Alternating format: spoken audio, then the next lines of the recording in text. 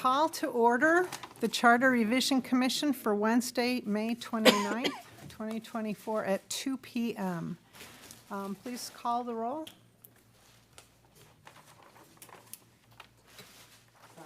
Chair Root, I am here. Vice Chair Colinas, Here. Dr. Bucavalis. Here. Mrs. Jennings. Here. Mr. Kuskudis is absent and excused. Mr. Seaman. Here. Mr. Terrapini. Here. Thank you very much. I would like to migrate to public comments. Does anyone here like to make a public statement for 4 minutes? Please state your name and address. Chris Roboski, 1602 Gulf Beach Boulevard, Tarpon Springs, 34689. I would like to talk to you about residency issues. But before I do that, I want to publicly apologize to John Terrapini. I did not mean to offend you in any way. And by referring to you as a developer, that was just my understanding. And you've told me, you're not the only one who's told me. The mayor also told me that that's not true. I just thought that people that were involved in development were called developers. I stand corrected. So my apologies on that. And I've seen enough animosity at the BOC, the Board of Adjustments, and I even saw some here, and we just do not need that. And I want no part of that. So I'm here to just tell you, I respect you. I actually like you. And I think you're doing a great job up here. I've been watching these meetings. And the questions that you asked were important to find out about the city manager and what do you do in that instant. If the city manager was doing something, where would Mr. Poulos go? And he had to think about it for a moment. So that was great. I think that was actually phenomenal. So again, not here to lambaste anybody or anything. I just want to say that we can disagree on development, we can disagree on government and policy, but we don't have to be disagreeable when we do it. And I'm just simply here to make that point. With the residency thing, recently in our office, we've had a number of... May, Mr. Roboski? Yes. If you come in to talk about the charter, you get 10 minutes after the mayor and vice mayor talk. Would you Okay, prefer then I will... a 10-minute window? Yeah, I will do that. You want to wrap up then? yeah, Or you, so- you have 4 minutes now. So Well, if we still got a minute or so, I'll just say, Yeah. the residency issue that I would like for you all to discuss, or at least revisit, is the most important one. In our office, we recently had some patients that were veterans of the war, and they were flown in to fly helicopter missions in Katrina. And it was worse here in the U.S., what they faced, than they were facing during the war. And that was simply because the police were not residents. And when the hurricane happened, many of them, A, couldn't get to work if they wanted to, and B, some of them just refused to show up to work. There were over 120 of them chastised for that. But after hearing those stories, I got to thinking, well, hurricane's one thing. But if there's an EMP blast, there ain't nobody getting here. There's no cavalry coming. You're only going to have the police that are on duty at the time and those who live here. And those who live here will be protecting literally their own home while they protect our homes. And I believe this is a very important issue, and it doesn't have to happen overnight. Simply what we could do is contact all of the police officers that live here that work in Tampa, Largo, St. Pete. I've seen it. You see the police cruisers in their driveways. Try to work out, A, some interlocal agreement with these governments so that if there's an emergency, we can call those guys and put them to work as a police officer. I don't know exactly how that will come out, but it would be that's on the short end of it. On the long end of it, negotiate a way so that we can maybe trade some of the guys that live in St. Pete, Largo, and Tampa, and so on, that work here, maybe get them jobs over there. Now, this is complicated. There are different contracts, different abilities, And we wouldn't want to take the worst of the worst. We want to get the best of the best. So there's going to be a lot of negotiation that's going to need to take place. But this can take place over time, and it's not rocket science. Now, the supervisor of election has redacted police officers' names and addresses, so I couldn't find out the contact information that way. But we could literally knock on their door, because we see the police cruisers there. We can contact each of the police departments The time is up. and work this out that way. And I'll talk to you more about it later. Thank you. Thank you. Any other public comments? Okay, we're going on to the approval of the minutes. May I have a motion to approve the minutes as they're written? So moved. Is there a second? Second. Any discussion? I'm going to offer a suggested change where we were talking about, it was on page 3, there it is. When we had public discussion talking about legislative responsibilities, that was specifically with regards to planning and zoning board and the Board of Adjustments. The comment, a suggestion was raised by Mr. Koskudos that cases that come before the board could be put as a part of the consent agenda. And I think that should be reflected.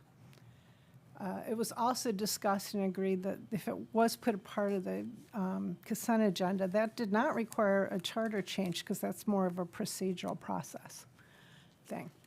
Okay, we still have to decide on the division of powers and what planning and zoning, if that's going to look like Board of Adjustments or Board of Adjustments is going to look like planning and zoning. But I did want to capture the essence of that conversation where the suggestion was made that for non-controversial decisions that have a 7-0 vote could be put on the consent agenda, where then the individual commissioners can ask them to be discussed or presented separately. Did I catch that correctly, Mr. Seaman? Yeah. Yeah. All right. So anyway, I think that's important to capture here, and I didn't see where it was called out. I can bring those back to you. Okay. I So, think it can- was not quite like that. It was, all right. Mike did bring it up, Mr. Koskudas did bring it up, and he was saying 7-0. And I Right. mentioned that in other communities, that if it has a staff recommendation of approval, and it has a board Yeah, that's right. recommendation of approval of any vote, Yes. 3, 4, whatever the split, that it could go on the consent Consent agenda, agenda. but it could still be pulled by any commissioner to have a full presentation. But I agree with you, it's not a charter issue, it's just a It's a process. procedural issue of the Board of Commissioners. But I thought it was important just to note that in the minutes. I think you're right. And can you capture also the part of, now I'm doing a blank on it again. There were 2 parts. I hit one in terms of the 7-0. One was that I personally feel that the board cannot abdicate their Abdicate, yes. responsibility And- to the P and Z, and Mr. Salzman was gonna give us Right, he's opinion on that. he's on tap for that, and we also wanted to hear what Renee had to say about it as well. So, should we table this then, as opposed to trying to rewrite that paragraph now? I would prefer that, and Okay, then I could bring all it right. back to the next meeting. Motion to table? It was our intent to try to bring back some of those things at your next meeting because you have no speakers scheduled for the next meeting. That's correct. Okay, even better. You won't even have me. Well, then we won't do it. Thank you. No, I mean, if you can capture Mr. Terrapini's words from the tape, I think he did a good job of covering that. All right, table to second to table? Second. Second, okay. All in favor, I think we don't have to do roll call on this one. All in favor, say aye. Aye. Any against? Okay, so tabled. Yes, okay. Charter change recommendations by, now we have our invited guests. Mayor Vaticiotis, thank you very much for coming today. May I ask you to approach the podium and share your thoughts on the charter? Thank you very much. I think 5 years ago, the Charter Revision Commission, I was on it, we did a pretty good job. I think most of the questions were approved by the residents, or I think one or two were not. Today, I really see my role as kind of tweaking what was done 5 years ago and providing a little feedback from my perspective. I was commissioner, now mayor. There's a couple of things. One, nowhere in the charter or ordinances, with the exception of the Land Development Code, is there any reference to health, welfare, and safety. And even in the opening statement concerning the powers of the municipal government, there's nothing in there about health, welfare, and safety. So I think that there's going to be some Scribner sort of corrections that are going to be made, and I don't know how the attorney's going to pose that. Maybe one question would contain Scribner's errors, or so that the residents could have that rather than several different questions. But I would like to see somewhere in here, even in the preamble of the powers, where it starts out, the city of Tarpon Springs is here granted all governmental, corporate, and proprietary powers towards the end, and may exercise power for municipal purposes, including ensuring or preserving health, welfare, and safety within its boundaries. It's a little, I don't want to call it motherhood, but it's extremely important that that be emphasized. Again, the only place I ever saw it was in the Land Development Code. The main things I want to talk about is one, some concerning property purchases, and but not probably in the way you're thinking, and then also a little discussion on the city attorney role, position, and also some of the things that they get themselves into. And I'm not really talking about Mr. Salzman or Ms. Kardash per se, but we've had some issues in the past, and I want to bring those and kind of discuss those in terms of the charter. Concerning the purchase of property, if you go down to H, which is the purchase, sale, exchange, conveyance of lease and property, we've purchased property in the recent years. Sun Bay Hotel's one, the Anclote, the Hoffman property's another.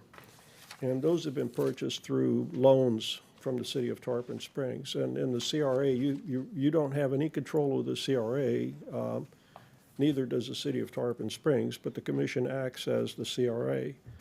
And whereas there's limitations on purchasing and selling property, there is none on the CRA. They can purchase property, sell it based on public purpose or however they decide to do it.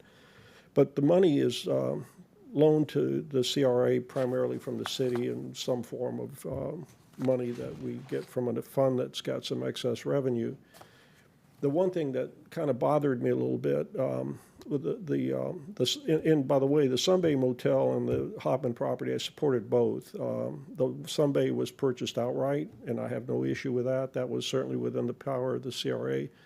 The Hoffman property, we posed that as a referendum question to the residents. The CRA did that. And when those properties were purchased, they went into the ownership of the CRA. Actually, one was put into the ownership of the city, and I brought that to the attention of the city manager, and that was shifted back over to the CRA. But both of them had loans on those from the city where over 4 or 5 years that loan was turned back. The question I have is, and quite frankly, and the other part of this, there was no agreement between the city and the CRA. They're completely two separate boards, but there was no agreement on the loan of that property. I brought that as an issue on the Hoffman property, and the city attorney at that time thought that it didn't want an agreement, but maybe a resolution to memorialize the fact that the property was purchased from the city and what the agreed to terms were in terms of the payback, and I doubt that there was any interest paid on it. But I think that this commission should consider putting something in that section of the purchase of property that if the city loans money to the CRA and it exceeds the threshold, whatever that might be. It's 350,000 now, but it could be more later, or whatever you decide to pose to the residents. That before that money is loaned, that loan, if you will, be part of a referendum, just as if it would the city purchasing the property. And then also require some kind of an agreement, and Mr. Salzman can obviously help you all with that. But that's kind of a loophole that is kind of problematic to me. And then, of course, in the next meeting or two, we're going to have an agenda item and a discussion of perhaps bringing that property back into both the Sunbay and the Hoffman property back into the city of Tarpon Springs ownership. That brings it under the umbrella of the charter, which offers certain protections, especially when it comes to open space and things like that as far as future development of that property. That's the role there. And I've discussed that with the city manager. And of course, the CRA thing, it's going to require greater discussion, but that's just something that I've observed. The other thing that's been a significant problem, and this gets back to the attorney's role in all of this, is personnel issues.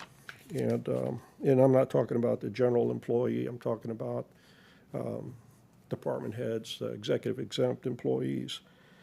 If you look at the legislative branch, it delineates our commissioners' roles and responsibilities, duties, responsibilities, and powers. And a lot of that was added under the last charter revision.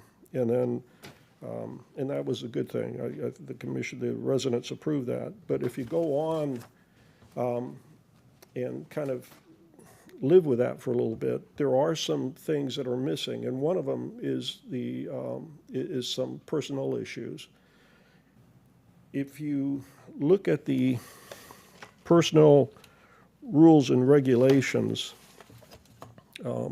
that are approved by resolution, and generally the city manager is responsible for creating them, and they're approved by the city commission. It's done so by resolution. The very first section of the rules and regulations is that the following rules and regulations shall be prepared by the city manager and approved by the City of Tarpon Springs City Commission. You won't find anything in the charter except two references to personnel rules, and one refers it to one paragraph and the other paragraph refers it to the other paragraph. And one is referred to as personnel rules and the other one's referred to as personnel regulations. And I think that there's a disconnect in it, and I think it creates issues, and I'm going to get into that in a minute. Also, under Section 3 of the personnel rules, it's concerning the titles amendments. The Board of Commissioners must approve the changes prior to implementation of personnel rules. So, we have attorneys that, not Mr. Salzman, but in the past we've had a couple of attorneys give one syllable responses to commissioners on personnel matters. Does the city manager have the authority to do this? And the answer is yes. And that's based on some opinion on what is seen in the charter. But that doesn't tell the whole story. There's an entire set of personnel rules that have to be followed by the city manager and also approved by the Board of Commissioners. For example, in Rule 2, under Organization of Personnel Administration, the City Commission's authority and responsibility is, one, approve the personnel rules and regulations, which I've already mentioned. Second is approve the pay plan and all amendments, alterations, and modifications. That we do that in the budget process. That's not an issue. Number 3 is approve all structural realignments at or above the department head level. These are structural realignments. And if you look in standard definitions of structural realignments with regard to personnel matters, it means changing the duties of a department head, shifting some of his responsibilities or her responsibilities to somebody else, and so forth. And on 2 occasions, we've had the 2 separate attorneys. One was concerning our former police chief trying to be moved into an senior administrative role, bringing a major up to become his surrogate, and not paying attention to who was going to be replacing that major in that role, and that so forth. And that's a classic definition of a structural realignment. The second, and that was based on a 1-syllable response. Does the city manager have the authority to do that? And that was a question from the mayor at that time to our city manager at that time. And the answer was yes. And I took issue with that. The second opportunity was with regard to the personnel matter of our building director. And there was a question asked by a commissioner, does the city manager have the authority to do that? And the answer was, in other words, I think you're familiar with what happened. The answer was yes. And the answer is no. If you look at the personnel rules, when you take a person, and that's all, this is water under the bridge as far as a specific issue, but using it as an example, if you take a person and you allow them to do something else, work somewhere else, and then their responsibilities as a department head are transferred to others that are on site, again, that affects the operation of the department, and also it's a structural realignment of the organization, the department. That matter is under the purview of the city commission, not the city manager. And of course, it even makes somewhat sense because the last provision in there is to appoint and remove all appointed officers, city manager, city attorney, city clerk, and internal auditor. And of course, there is that other provision where the commission ratifies all department heads. Well, if you ratify a department head, is there really, does that, shouldn't that mean that you should have a say in what that department head's change in responsibilities are? And I would think that it should, and it's already memorialized in our personnel rules and regulations. However, those are not really referenced in the charter at all, not anywhere similar to what the authority is in the legislative branch for what the commissioner's responsibility is. Let me go over to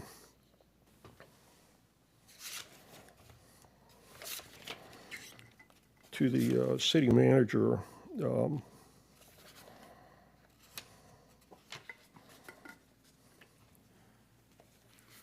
Okay. In this matter concerning the city manager, I'm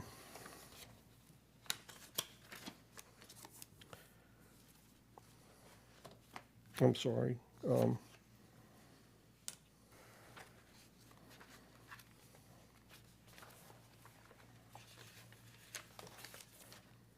Yes.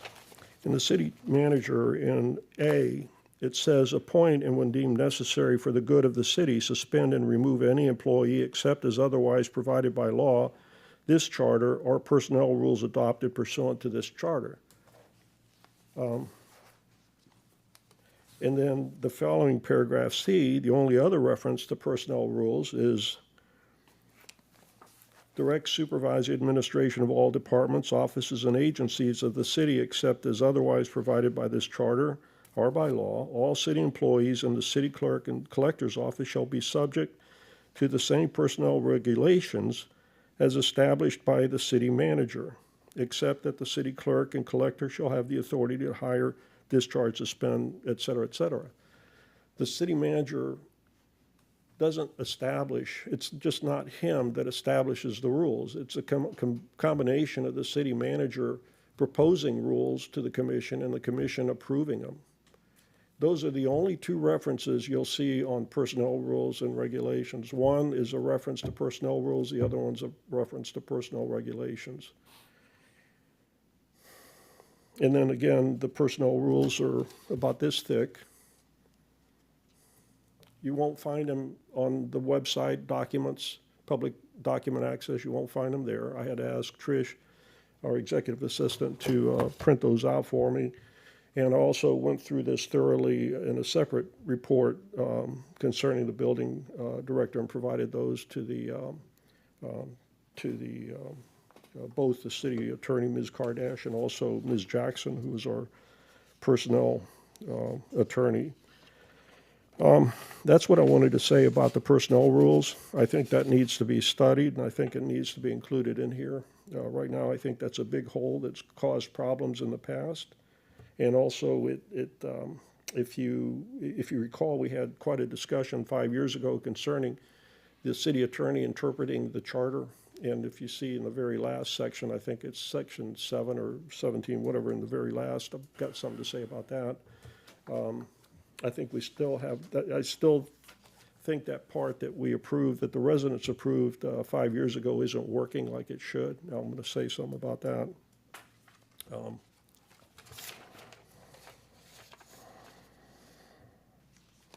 The other part I wanted to touch on is in the legislative branch on I. We included the review and update every 3 fiscal years, the citywide strategic plan, and then also 5 years. I think it's the later on in the comprehensive plan. We're finishing up the sustainability plan, which is every bit as important as the other two. And I would hope that we would consider memorializing that in the charter somewhere and require an update like we do the other two documents. Those 3 documents are integrated, and that's what the planning department is in the process of doing, so that one refers to the other, and each one has a different function, and all of them are important to the continuation of the city and as we know it, as a family-based city. The other part of this, which is, I think, somewhat problematic, and I've talked to Mr. Salzman about this sometimes in the past. Item N, which is the, again, it's in the legislative branch responsibilities. It's to evaluate the performance of charter officers and during the month of August of each fiscal year. And you'll see some references in here to the city attorney as well. But the fact is that the city attorney is not an employee of the city, nor was the internal auditor, but the internal auditor is now, and that was fixed based on an interpretation by an attorney, I think, in the 2010 timeframe. That was one of the reasons why we changed the interpretation of the charter, which is at the end of this, the provisions at the end of the charter. But I've done personnel evaluations of the city attorney now, and quite frankly, I'm uncomfortable with it because, and the last one was our previous city attorney prior to Mrs. Kardash. They're under contract. The performance evaluation form we have is for an employee. I think the best that you can do, and I don't see the city attorney function changing from that of a contract rather than an employee, because we use attorneys in too many ways these days. Several of the boards, I don't know, maybe a half a dozen boards use a city attorney, often different ones, that sort of thing. But there's usually one and two. We've got our general counsel, which was Ms. Kardash. We're getting a new individual as a general counsel, and we've got our litigation attorney as Mr. Salzman.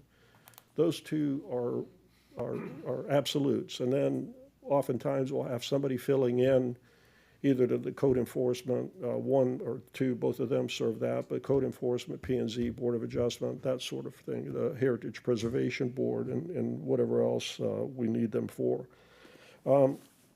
But I think the charter should reflect a couple of things. One, we get away from the city attorney being evaluated. I think there ought to be a review of compliance with the city attorney contract or something along that line. And if the Charter Revision Commission feels that that's not really something that's needed, then perhaps just take the city attorney evaluation out altogether. The other part, of course, is that, which is, I still think, part of the problems we've had in the past, especially with the P&Z board, is that there's been no QA. You know, I can have a conversation with Mr. Salzman, I could have a conversation with Ms. Kardash, but in the past, we've had attorneys that I don't talk to, and there's been dust-ups. And one, you know, wound up changing, and it was for the better. That was in the P&Z board. But as I had put in the evaluation of our former city attorney, that I would like to see a practice of each board that uses an attorney to evaluate in terms of feedback, not performance, because they're under contract, but some feedback as far as what can be done better, what these boards see that could be improved, something that may be needed. Obviously, sometimes there's personality conflicts. I think that needs to be known, and I think that action needs to be taken on that before there's a major dust-up. But that request in the former evaluation was ignored. But I think if that's, obviously these are contractual issues. They'd have to be contractual issues. You could put that, some reference in the charter concerning a contract shall include that provision. And then the other matter was we've learned a significant lesson in the Anclote Harbor Special Counsel report that the city attorney did not feel that their contract covered all legal matters. And that was quite a surprise to me. And if you look at our charter, that's not the way it works. And if you look at the contract, you could see that there's an argument for that. So I think in the charter, if we're going to continue with the city attorney on contract, then we need to have a provision in that contract that states that their contract, they are responsible for all legal matters, not what they decide to be responsible for and what they decide not to be responsible for. If our city attorneys decide they're not responsible for something, the city has no legal representation in that matter. I think, and again, in fairness to both Mr. Salzman and Ms. Kardash, I had a conversation with that, and they feel confident that their contract covers all legal matters. But nevertheless, I think in the future, we should have that requirement in there. Now, I didn't argue with a special counsel on that point. It's not worth it. It's water under the bridge at this point. But we need to do something, I think, to make sure that that doesn't, again, happen in the future.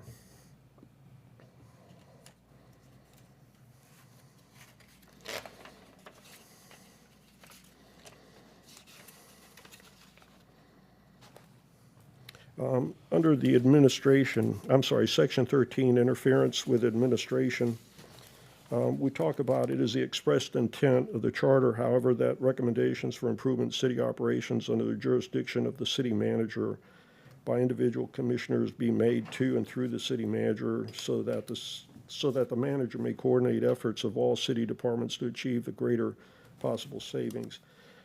We have a city clerk with about a half a dozen employees. I think, in the past, way past, the clerk's employees were considered part of the city manager's employees.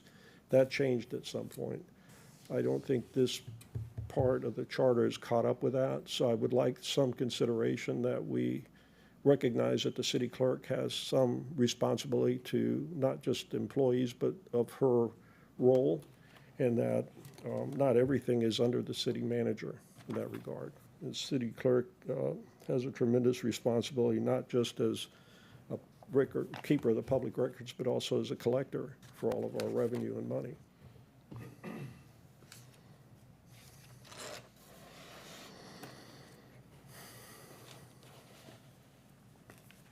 Under the, I think it's the internal auditor, let me see.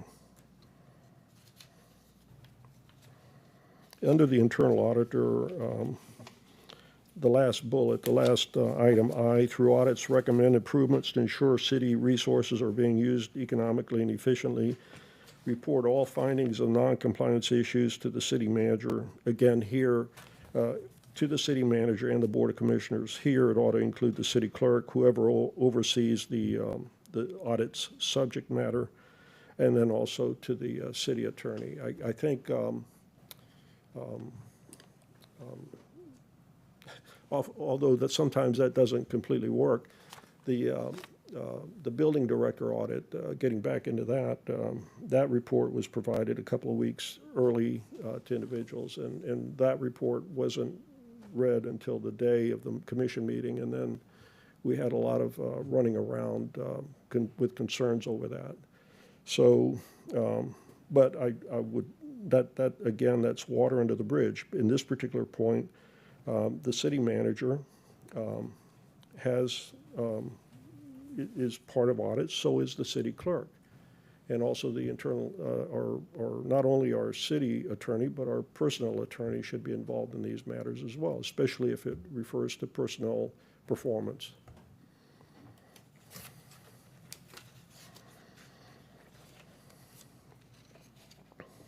I talked about the personnel rules.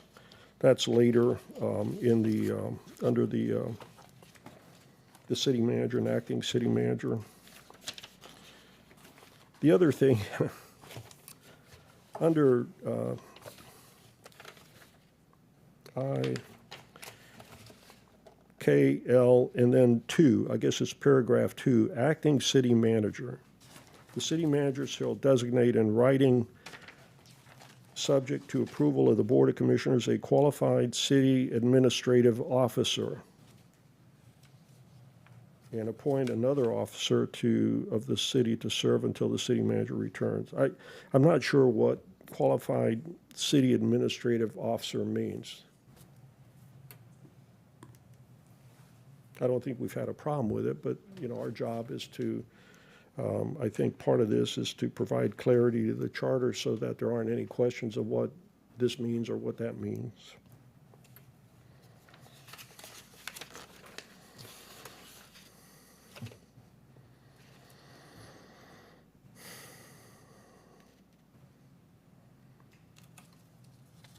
Okay, I talked about the city attorney, and also, the one thing that, every time I look at, it's a big section, and I know we talked about it last time, and you know, we said, I think if I remember what we said, was it doesn't hurt. It's the Civil Service Board. That's section 19. We don't have a civil service board. You know, there was some discussion that the city manager and the city HR director and someone else acts as the, you know, some version of the Civil Service Board. The only thing I'm going to ask in that regard is I really don't have a specific comment other than I would like for this commission, before you get finished with your work, to actually ask the question of our personnel attorney, having something like this in the charter and not really having it in effect.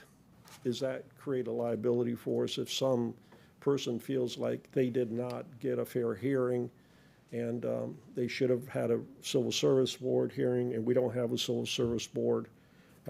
Is that going to create some liability issues for the city? I have no idea, but I see these days everybody gets sued for everything, so. Can we make that an action for Mr. Salzman to respond with an opinion on that question? Did you hear the question? I'm happy to, whatever you direct me. No, well, I- we're asking, we're not directing at Yeah. this point. Yeah, I think that it's more in the, to the mayor's point, it's when he asked us to ask the personnel attorney to tell us if it's a good idea. Can you to- speak into your Oh, microphone, because sorry. I'm really I was trying having a to hard read. time here. Sorry, Carrie. Thank The, you. I think it's better if the mayor or Mr. Salzman or somebody asks the personnel attorney to give us a recommendation or an opinion of whether does it create some liability for us? If it does, and we don't, I mean, I'm kind of like, if we don't have a civil service board, I'd lean to take it out. But, you know, maybe somebody can tell me why it needs to be in there, but it's, Well, I could s- we've had a lot of discussion on this, and we'll I go remember- back to yeah. that when we do our deliberations. I just think that the question that the mayor just raised, we really haven't addressed. I think we're all thinking that if there was an issue that came up, that they would put a civil service board in place that would address it. I would just advise the board that while I don't handle it here, I am a labor and employment attorney. That's what I do for government agencies everywhere else. So I can get you that answer, or we can ask our labor council, whichever you want. I'm comfortable with Mr. Salzman. What he said, yeah. Yeah.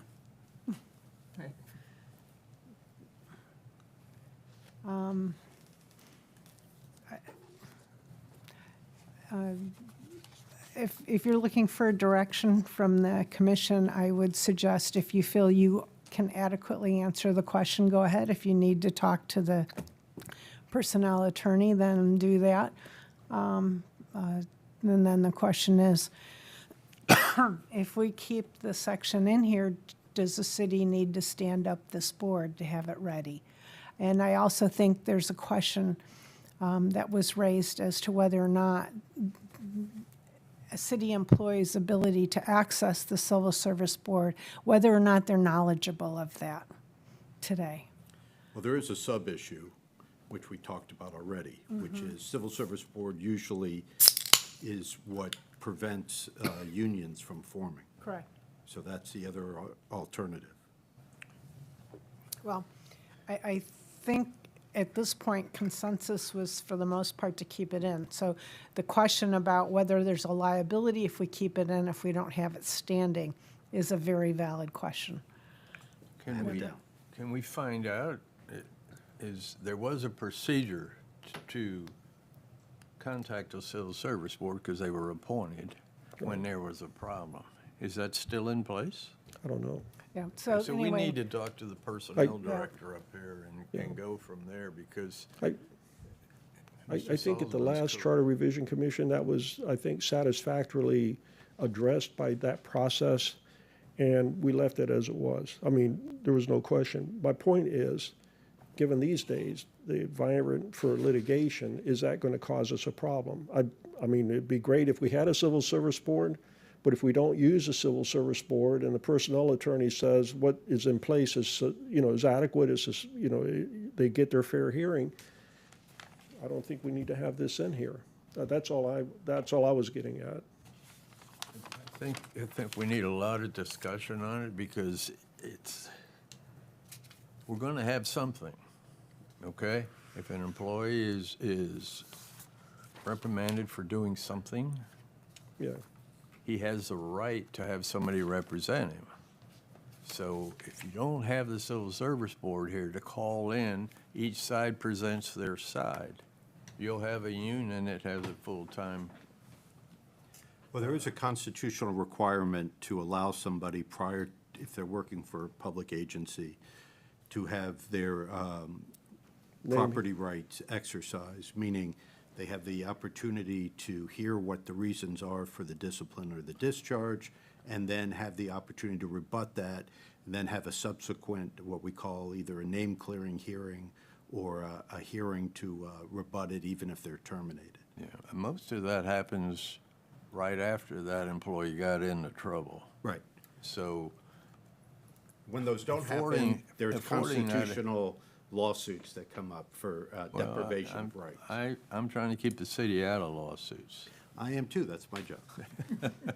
And I'm more concerned about the delay between somebody doing something that's really bad and we're terminating them and we're telling them why we're terminating them. And we haven't done the whole gamut of it. We haven't talked to everybody. We haven't got the second people that were there. We haven't done that. Right. This gives us time to do that, and then that employee comes back and is able to explain what he did and why he was terminated. And then the city gets to say, we talked to X number of people, they're willing to come up here and say that's not the way it happened. That usually ends it. That doesn't end it with an outside attorney or a union. Right. I mean, the 14th Amendment provides for certain rights for an individual to have. And the courts, as I said, have held that public job it's a property right. And so you have certain requirements when you deprive somebody of their property rights, and that's what that does. Yeah. The Civil Service Board is wonderful in handling all those things. And remember, before you can sue, you have to exhaust all administrative remedies. So if there is a Civil Service Board, or if there's a grievance process, then you have to exhaust those before you can file suit. I well, agree. we've got an action now for Mr. Salzman, and so we'll push that to the future and continue our debate. Mr. Terrapini, you have one So- more comment? Yeah. So we have a Civil Service Board in the charter, and are we saying that we don't have any members on the Civil Service Board? I don't believe there's a board currently appointed, although there is a board that was appointed and they never got deallocated. But whether or not they're still living in the city or they're alive or, I don't have knowledge of that. So it's probably something that if we continue with this, we put on the recommendation list for the Board of Commissioners that they appoint a They board. need to fill it, right? I think Okay. the city manager said that hadn't been used in at least 10 years. Yeah, and that's the question. I mean, if an issue comes up, can the board be appointed then versus having one that's in place all the time? So that's the And question. I think the point was that by the time you appoint it, Yeah, what happens to that individual? Jimmy's right. And their rights, are they on administrative leave with pay? Are they terminated? Or, all those questions, which affects them from a timing Yeah, perspective. no, I agree. So it might be that they need to have a standing board. It's very important that the employees understand, not every employee knows what the 14th Amendment is or anything else, and they rely on us or their supervisor. They made a mistake. Right. They deserve their day in court. Now, we have how many? Yeah, we're going to go Committees. ahead and discuss that when we're discussing it, okay? And thank the mayor for bringing this up and continue. That's all I had. That's it? Yeah, well, I mean, like I said. Really? you're- That's it? I'm not going to do your job for you. I think you all are going to do a very good job, and these were just the things I saw that were somewhat subtle that may or may not get discussed that have been problematic since I've been up here. I think that you are already, I'm hearing sound bites. I haven't watched the past meetings, but concerning residency thresholds, property thresholds in that matter, you're already discussing that part and revisiting those. Do you have a number for the property dollar threshold? Well, I mean, no, not really. I mean, there's that argument that, well, we can do a multi-million-dollar project without the residents' approval, but then again, that project goes through a very rigorous and objective bidding process to remove any kind of issues that that you may see in somewhat these close property deals that may be of some concern. I really don't. I mean, I think that I'm not going to say that there's an argument both ways. I've been comfortable with 350,000. I mean, we changed it 5 years ago. It can go up. I don't think it should go down, but it can go up. But on the other hand, whatever it is, we always seem to manage to find property for $1,000 less than what the threshold is. So that's the only thing I have in that regard. The big issue was where does the money come that we buy this property with? And I'm talking about the CRA, and it's usually city money, and that's the problem I have. And I think it's not an issue. It's just making sure that we have some kind of formality as far as how that money is loaned and what the terms are and what happens to the property after it's paid off in the CRA. Does it come back to the city? Does it not? I don't know. That's for y'all to decide. And the residency on the charter officials, I think from my perspective, I think the residents were kind of clear on that the last time. I don't think that's changed. I think Mr. Kolianis and I were the only ones that were just kind of laid back and kind of said, okay, ask the residents. But my gut feeling was I knew what the answer was going to be. They were going to say no. And as a result of that, I think we kind of left kind of a problem with the titles of these individuals in there. And that definitely needs to be cleaned up. And I think the city manager's probably got some good input on how that's going to deal. But again, I think that y'all are very obvious. I don't mean to say, but y'all are very capable of dealing with that and bringing something back to the commission. I don't know if you have anything else you want to ask me about. Hold on, let's use a process here. I'd like to thank you. We're going to go to board questions for you. We'll start with Mr. Terrapini and work our way around, okay? Okay, thank you. Just remember, this is a time for questions as opposed to debate. It's not, I think that we have to have a dialogue in order to get somewhere with a speaker. We have to go back and forth a little bit. It's not just a straight question to him. it's a coming to an understanding. I'm okay with that, and Okay, and good. I have a Okay, but- tolerance for that, but when okay. we start debating, Not because there's a debating. okay, Okay, Costa and I go way back, so we know how to talk to each other. yeah. Costa, the conceptually, I don't disagree with the idea that the CRA should exceed the purchase price parameters of the charter. What I do think, though, and this is, I guess Mr. Salzman would come in, the CRA is a political entity of its own. So we can't, as the charter, dictate to the CRA, but the commission could change the rules of the CRA to say that they can't. I Are you believe with that me? is correct, yes. Thank you. So conceptually, I think it's in your court, if that's what you want to say. And, I mean, you and 2 other votes, or 3 votes, Yeah. whatever. On the second part of that, you said that you're going to bring up that the property that was bought by the CRA with loans from the city would get transferred back to the city. The little bit of fallacy, I think, in your thinking is that if the money was loaned to the CRA and the CRA repaid the money, it wasn't bought with city money. Right. Okay, it was bought with CRA money. So are you proposing that the amount of money that the CRA paid for the property would then be transferred from the city back to the CRA fund to get the property? No, I think what I was getting at was an example is a Forbes property up there. That's been left alone to Well, you redevelop. mentioned that, let's stick with the Bayou properties. Those are the ones Okay, you brought and up. then you've got the Hoffman and Sun Bay. Right. And those two, in my understanding, there was a lot of discussion that we're going to develop it as this and that, but it was real clear on the part of the residents that they wanted some kind of non-commercial thing there. And the only way that you can kind of guarantee that is to bring it back under the city ownership in terms of green space, because we have a special provision for that in the city and also in the charter. So that was all. And to me, it's not a big deal. No, but it's, okay, so here's the big deal. It's the conveyance, what you do with it to get it back to the city. I'm saying that the CRA agency bought the property. Yeah. Are you just suggesting that they transfer it back to the city? No, I mean, to me, I think Is that it- that's a mechanical issue. No.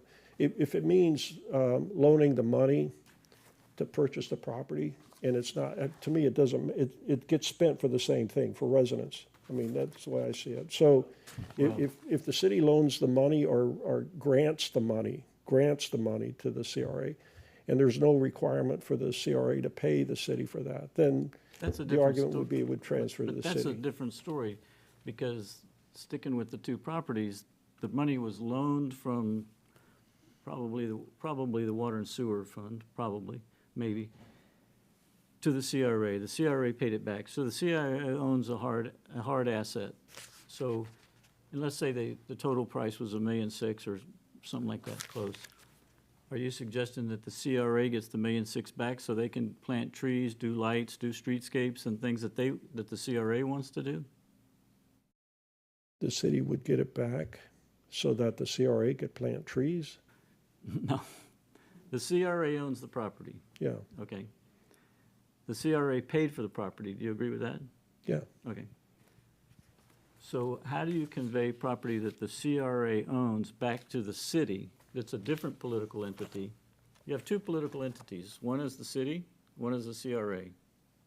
Are you suggesting the CRA just gifts the property back to the city? Either way. I mean, No, that, not either way. well, no, I'm one person. No, I know. Okay, But so I I'm mean, trying to show you that the inequity of that. The CRA could have spent the money doing a lot of things that the Yeah. CRA could do. Sidewalks, it could have done a lot of things. So it's not fair that they don't get the money back. If you want the property, I want the CRA to sell it to you. Right. Same, for the, as a wash. yeah, I guess, let me answer that. If you think this is important, then you come up with a recommendation. That's all. And No, this is your recommendation. I'm just trying to get clarity on what you're no, proposing. these are my observations and my thoughts, and the biggest issue is if we loan money, there needs to be a formal agreement for that. I'm good with that. Yeah, and in this particular matter, the discussion of bringing the Hoffman and the Sunbay property back to the city is a matter of discussion with the commission. They may not want to do that for the exact reason that you're saying. We don't want to now pay the CRA the money that was used to purchase this, the property through the CRA. I mean, technically, you could have purchased the property through the city, but we didn't do that. Right. And so my point is, there's a lot of ways of looking at They this. did that to circumvent the charter. You don't want to circumvent the No, charter. no, I'm saying they did do that to circumvent the charter, is my understanding. Yeah, To buy the Sun Bay specifically, they used CRA funds that didn't have a restriction. And philosophically, I'm not opposed to your idea that one can't supersede the other, but it's got to be the commission changing it, right, Mr. Salzman? The CRA rules? I believe so. Yeah. I mean, I think that's that's fine. I mean, we'll take it up, and that's all I was getting at, was that the one was purchased outright, and the other one both exceeded the threshold. The other one went to the residents for their approval. And my suspicion is they would have approved the Sunbay as well. That's my gut feeling, although some people felt that that would not have happened. I Yeah. think it would have passed. All right, okay. Thank you. You good now? Can we move to Merle's comment? Or you've got a Can we move list? to you, Merle? Sure. Okay, okay. Well, we can come back around. I'm good. Thank you. My question has to do with planning and zoning and Board of Adjustment, sort of. The powers that the two have are somewhat inconsistent, it appears to some of us at least, that have looked at this. And so I'm wondering what your thoughts are, how your feelings are on that. And also, one suggestion that Mr. Kuskudis had that might be a way around it is not actually a matter for the charter. It would be an administrative thing for the commission. But his suggestion was possibly setting it up so that if an item had a positive recommendation from staff and a positive vote from P and Z, that it would automatically go to your consent agenda, and then anyone would have the right to pull any item that they want to have the full discussion on, but it would put the applicants through less in terms of a lengthy process if it was a small and relatively minor item, like a lot of them are. This is a legislative, not quasi-judicial. Right. Okay. Well, these days, I'm not sure about the past, but these days, the staff isn't creating ordinance changes or ordinances unless the commission's already cut in on it. And generally, what they do is what the commission wants with some direction. So, to me, I don't have an issue with the way that you're describing it. And if the staff recommends approval and the charter and the P&Z board, the same thing, that would be fine. That would be at least a way to get started on this, because I definitely do believe the P&Z board has to have some autonomy in some matters. I think they do a good job, although I know sometimes that it kind of gets a little excitable in terms of the discussion and stuff, but that's okay. I mean, that happens all over, but that's the way I see it. The legislative issues are generally started by somebody on the commission as a whole. The city manager asks directions, we give them directions, and that's generally the way our form of government is supposed to work. We create policy, city manager implements it, and the way they implement the policy is through ordinances, through legislative actions, and that's the way that works. I think I did sort of misspeak a little bit there, because I think in his thoughts, he was talking about quasi-judicial, or at least some quasi-judicial as well.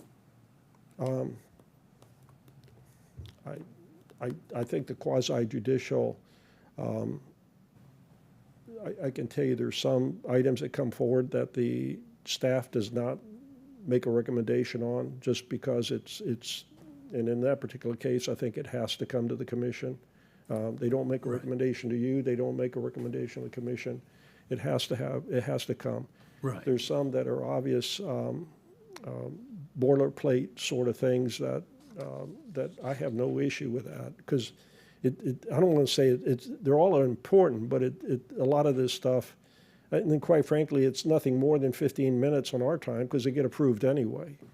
That's just the way it works. Usually the applicant doesn't even show up on this minor stuff. So I don't have an issue with even the quasi judicial, and I think your clerk, I'm sorry, your planning director, and also the city manager and the planning director can provide some guidance to the P&Z board as far as whether this is going to be something like that. And as far as, you're talking about something like that in the charter, right? Providing some provision? Well, actually, if it was strictly going to be handled the way Mr. Kuskudis described, it wouldn't actually be something for the charter. I don't think it would be a change in procedure. Process, yeah. Yeah, It's purely I mean, administrative. it sounds like a good idea. I mean, my feeling is we need to start doing something in that regard. Well, there has been some concern that there not be abdication of responsibilities, which certainly, has to be considered. But I think his thought was there that by allowing the opportunity to pull the item and have a full presentation, if it's a complicated item, or if any commissioner wants to, avoids any conflict with that. That would be fine. I mean, I really don't, some of these things, I ask the commission whether they have any comments, they just give me blank stares, and that, there's nothing there. I mean, and so it's, an automatic in less than 15 minutes, so, and quite frankly, if it makes people feel good, fine, but I really think from an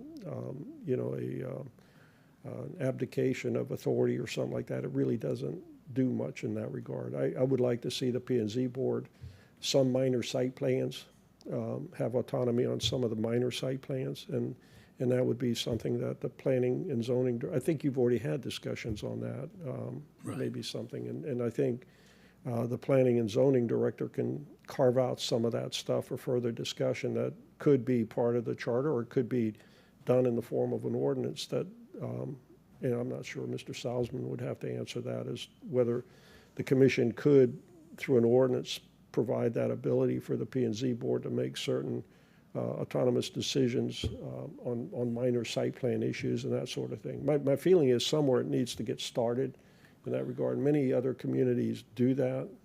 We don't. Board of Adjustment does. It doesn't seem to be an issue. The only other thing is that there ought to be some appeal provision, and that's probably the most important part. Yeah, I don't know what that would be. Yeah, absolutely. Do you have any other issues to bring up or concerns? I No? don't think so. Thank you for your comment. Thanks for Mr. coming. Kilianis. All right, Jimmy. There we go. I'm fine, thank you, Mayor. Mayor, I just have one question for you, looking ahead, and we haven't covered this yet, but I was looking at it because I thought we might go over it today, in terms of purchasing and finance. And Section 23, that the city manager is authorized to expend up to $25,000 for budgeted goods or services without competitive bidding. Has, in your experience or in your opinion, has there ever been a problem with this No, amount? Mark, as a matter of fact, it's like pulling teeth to get him to do that. And he's always very sensitive about not doing that without the commission's approval, or at least their knowledge of it. And sometimes he does do that when he has to do that. For example, my trip to Greece was $4,000. That was put in front of the commission to have that approved. We'd already budgeted some X number of dollars, I think, under the former mayor. I think it was $25,000 for the Sister Cities program, and that was already budgeted. So that amount of $4 was certainly within his ability, but and I don't have a problem with it. Makes it transparent, but he could have done that as well. I think he does a pretty good job in that. Well, a part of what I'm getting at is, in this time of really significant inflation in all sorts of areas, do you think 25,000 is adequate? As, I mean, I don't think it's an issue. I mean, it's always good to have more in case of emergency. I think an emergency, isn't it $100,000? and that's another one, Yeah, yeah. I think that's fine. I think 25,000 is good, and I mean, if we want to talk more, that's fine, but I think 25, we've never had a problem with that, I guess is what I'm getting at. He's been pretty good about it, Okay, yeah. thank you. Ms. Jennings, did you have any? Oh, no. Okay. Well, thank you. Okay, Are Thank you. we going to go back one more time? I think, did you, Mr. Terrapini, did you have another question? No? Okay, great. Well, Thank you. thank you very much for your time. We hope you had a fabulous time in Grace. it was. It gets a chance to put you in touch with, one, it gives you an idea of calibrating what a sister city is, and I think we've got some work to do in that area. We've got 8 of them. I'm not sure that we need 8 of them, but we need to do some work in that area. And then, of course, for me, just by coincidence, it wound up being my father's island, which I learned a lot from that. So thank you very much. Thank you. And now it's time for the vice mayor to come and share his thoughts on the charter.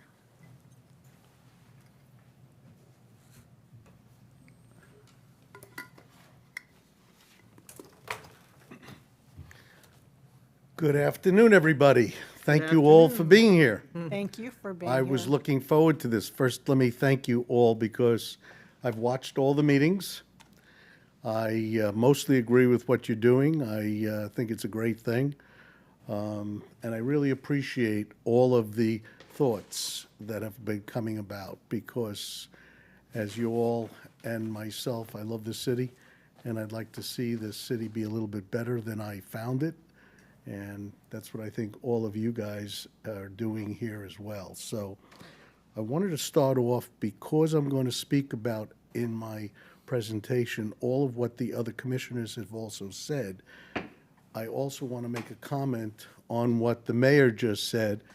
And in most cases, almost everything that he said is something I would like to second, except that I do agree with what Mr. Terrapini said in that closing statement. I more so agree with you on not transferring or combining the CRA with the with our commission. I think they're 2 separate entities as well, and I think that that should be 2 issues. So I was glad you brought that up. So what I'm going to do is I'm going to go through the items, and I did want to start off by saying it's interesting when you have commissioners coming up, everybody has their own pet peeves. And it's very good to see because we're all different people up there. You know, I'm just glad to see that other commissioners got to bring up things. I'm going to bring up my own. So I'm going to go to limitations of power first. And I did want to make a comment, and forgive me because I'm just going to tell you, you don't have to worry about where I'm thinking. I'm going to give you my opinion. That is how I roll. There was a discussion back about the difference of how much the city manager should be spending, and I kind of would be leaning towards hoping you could appreciate 500,000 or more, but I don't want it to be too excessive where the residents sit there and say, no, that's not the case. So I do agree with it. I also liked what Mike Kuskudis said about sometimes making it on the 5 years incremental. So if you did want to make it a percentage of increase or decrease, depending on how our economy goes, it can go both ways. But I think there should be some flexibility within reason. I don't like to have people bidding on what is the most that could be spent, but I also need to give him some freedom and give trust to the city manager at the same time as giving trust to the city commission, because we put people in here that are honest until they have been proven to be not honest. So we do have to give them some leeway. If issues come up, we bring them up. So That's what I want to say about that. And then I want to go down to Section 8. I know that Commissioner Donato came up and spoke about everybody should just get along. That's all nice in the real world. It isn't. People don't get along. It would be nice to have that happen. I'd love to see that in our own federal government, but we don't. So I do think that there should be no false accusations, if you'd like to say it that way. And I think people should carry themselves as mature adults up there and not having these cross fighting that goes out and false emails being sent. And this is just a waste of time. It kills what we're trying to get done. It turns into arguments. So again, not always is this what you can put in a charter, but if it's something that you could put in, I'd love to have it like that. I need to see, and I am an advocate against trying to move things forward and being positive, not negative.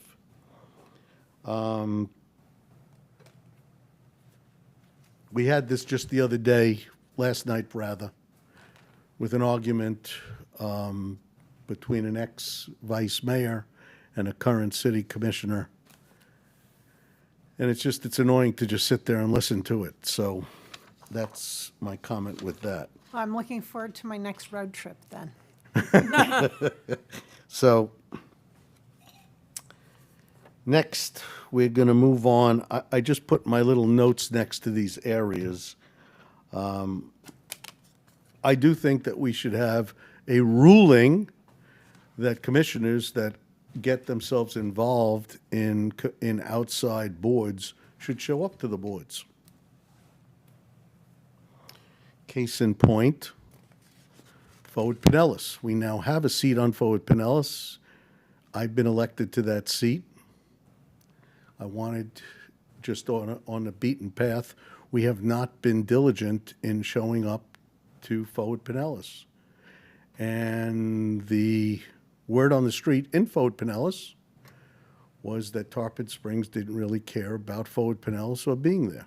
So if that's the impression we gave, it was a lot harder to go out and get a seat on that. But we do have that now. We got it by one vote. And, it's a very interesting thing. They're instrumental on a 5-year plan. They're not an immediate thing. But I'm just glad that we now have a voice there. May I ask a question in that Always. regard?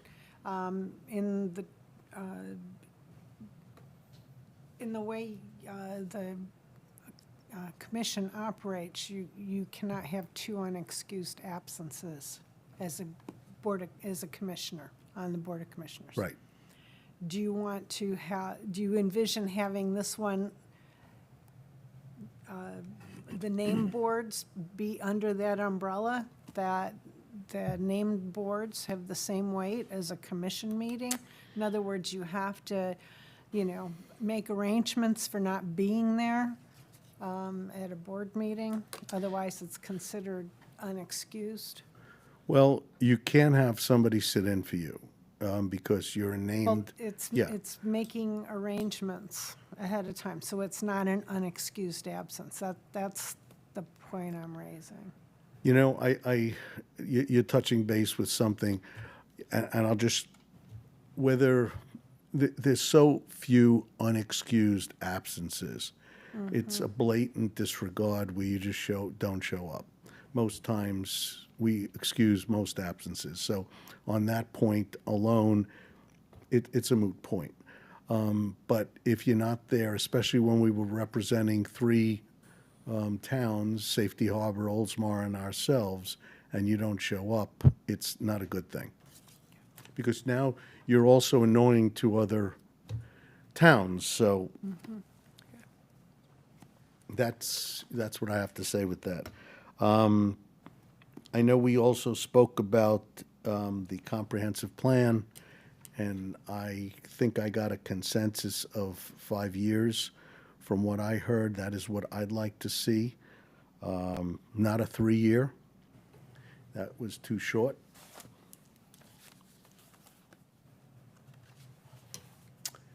I'm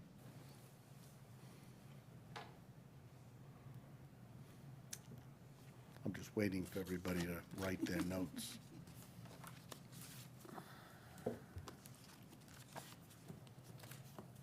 So one other thing that I really feel strongly about, I've been 6.5 years on the Board of Adjustments, so I'm going to speak about that later. But board training is, oh my God, what we need more than life itself. If anybody's watched some of the meetings, or it's not so much whether the Board of Adjustments has more power than the planning and zoning, but it's the decisions that are being made sometimes are so much more crucial, and yet the training that goes into it. One of my pet peeves is the first thing the attorney says before every meeting is we are writing, we're making decisions on laws already been written, and we do what they call findings of fact. If you listen to these cases, most of the people just hear that as words, and they don't present what those findings of facts that they had to make the decision. This is a really, really important thing. Otherwise, you're changing quasi-judicial into legislation. And that's not what they're there for. That's on everybody. You always have to give your findings of fact. What facts that were brought there need to be told. In addition, you can't, and I repeat, you can't share your own knowledge, interpretation, that, I live across the street. These are things that we just really need to key in on because the rest of the board doesn't live across the street. And you're not legally allowed to bring outside evidence into a quasi-judicial hearing. So these are all things that I'd like to see have, I don't know whether it has to go into the charter. I'm not a technicality. That's what I leave it to my attorney friend, and that's what his job is. But I'm just here to find and try to fine-tune what I see as being incorrect. I know there was a discussion that we had back, or you guys had a discussion regarding how to keep people, on these boards and whatnot. And I was sitting there really thinking, it is becoming harder and harder. We do have Citizens Academy. I was the first Citizens Academy class, but I was already a Board of Adjustment member at the time. I don't know if we need to do a minor incentive. That's the only suggestion I can give, whether it's a meal to a local restaurant or a $20 stipend, or, and I'm not suggesting it, I'm just saying give it some thought. People are giving up their night. They could be home with their kid, they could be watching a sport event, and they, oh my God, I have to go in for this once a month meeting. I'm sure we could give them a something that will give them over the top. I know when people go to work out in the gym, they always want to have somebody else as their partner to give them that drag on those lazy days. Maybe $25 gift certificate, I don't know. But this was something I was thinking about because I really see less and less people wanting to give their time and just to go up to get attacked. And sometimes that's what happens. The next I address to my friend, Mr. Jim. I know I want him to hear me. I'm listening. I can do two things at once. I got you. Yeah. So you made a comment that no commissioner was actively looking to do any sort of dredging. Dredging? Yeah, how we push, supposed to be. Yes, yeah. I know all Well, about it, and the okay. cuts. I did, in those cuts, right. Well, I live on one of those cuts, and I just wanted you to know, you didn't hear me or Craig Lunt, both of us.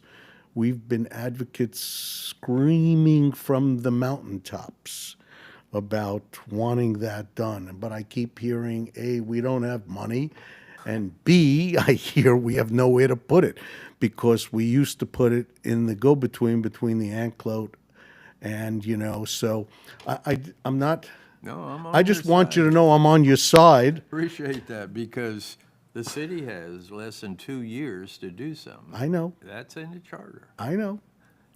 And I'm with you. I just wanted to go on record so that you understood, because you said no commissioner or nobody in the city. But that's not true, because I'll sign that tomorrow. I'll sign it now. The bottom line is, I do want that done. There's a lot of places that's an issue, and it's worse. If you don't live there, you don't really care. But if you live there and you utilize it, it needs to be done. If I can ask you to do Always. something, you have power as a commissioner, okay? When that area was dredged many, many years ago, that sand was piled there, and it was dredged by the government. At that time, I was told, they were supposed to keep that sand there. So when it starts going out like it is now, and at low tide, you'll have a heart attack if you see what I see. I know. They're supposed to pick that up and put it back. But now they've sold most of those islands to Pinellas County, because Pinellas County doesn't want anybody to build on them. And I don't either. But in my opinion, I hope I'm right, I'm not a legal person, they bought the right to the commission that they have to now do that. We can't just expect a city to go spend $10 million every 5 years. Yes, I know. But the county bought them, they own them, it's their problem. Somebody has to broach that with the county within the next 2 years officially, so that they can figure out if they have any money to do it.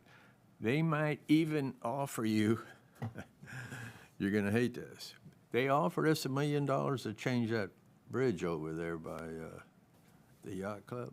Well, we are changing it.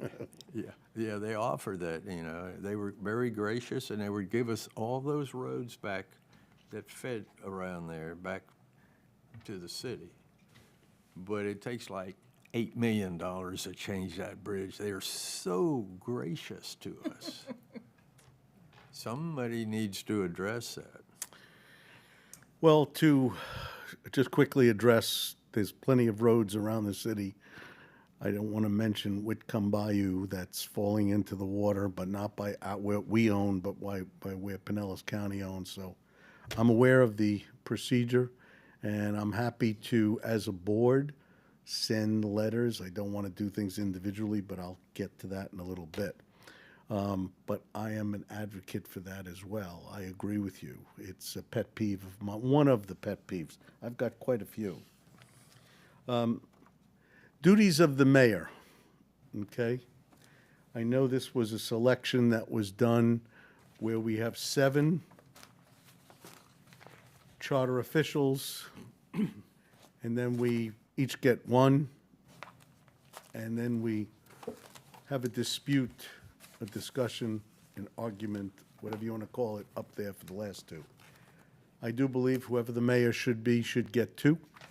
I also believe that the vice mayor at the time should get 2. And that would end this battle that goes up there, and we have our 7 people. That is just my thought on the situation, so that we have our 7 people. So you're saying Yeah, could you explain give that? the mayor 2 votes? I mean, is that what you're saying? I think you I guys didn't- decided that. I'm just, Somewhere along the line. It's not in the charter. okay, I'm just saying, this, I'm here to just say my mind. Well, I'm you know? confused what you're saying, so Okay. just explain it a little clearer, please. I Commissioner. feel that the mayor should have 2 picks, Two 2 picks picks of for what? 2 Members of members of this board. Oh, Oh, okay. And- I wasn't clear what you were talking about. No, no Oh, worries. okay. I'm, Okay, so we're talking about the charter revision? yes, Okay. yes. So that's a Now I'm different with, I'm section. with you. Okay, I'm sorry. That's back And, on and I think the 32. vice mayor should as well, because there is really no, the big joke here is that the mayor really runs the meeting, the vice mayor is just a title. I think that there should be something earned, that there should be some sort of maybe special thing. I don't know. If it doesn't make sense, we'll leave it go. To me, that's just something, I was reading through this, and this is my input. I also, now we go down to section 11, where it has elections. I know this was brought up by Dr. Root earlier. Appointments should not be allowed to run for office. When we appoint somebody, they should have to wait the 1 year in order to run for office. They should not be allowed to run for office. That is also, when I spoke to the mayor of Oldsmar, that is exactly what they have in their, I don't know whether it's in their charter or their rules, but that's what they have. Because it makes it an unfair, and I'm not talking about this election, so this election that we have coming up is a done deal, but I think in the future, if we do have an appointment, we should not have that person be able to run, especially on this one, because on this point, we heard, actually, but I'm not trying to change this one, but what was said was, I'm only going to be handling this for the time being. For coverage, I won't be running, and then we changed, now he's running. So that's why I don't want to have that. Okay. Moving on to the internal auditor. Section 14. So I was very pleased with what you came up with on it going to the attorney, because we should never have anything being announced up on that board that could cause us to have a lawsuit. One of the things that I thought under I, it says, though audits recommend improvements to ensure city resources are being used economically, efficiently, report all findings of non-compliance issues. It should say to the. Sorry. That's okay.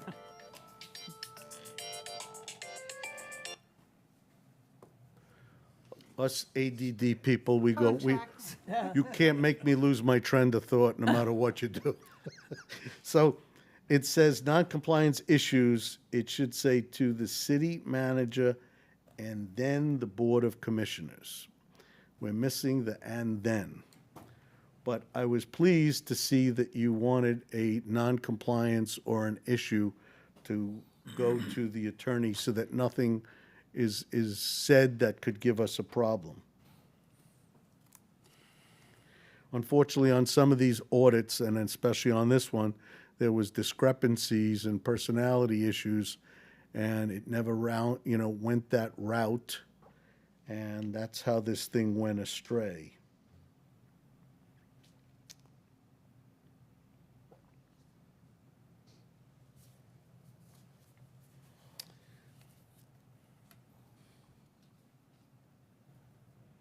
I feel like I'm proctoring an exam here where,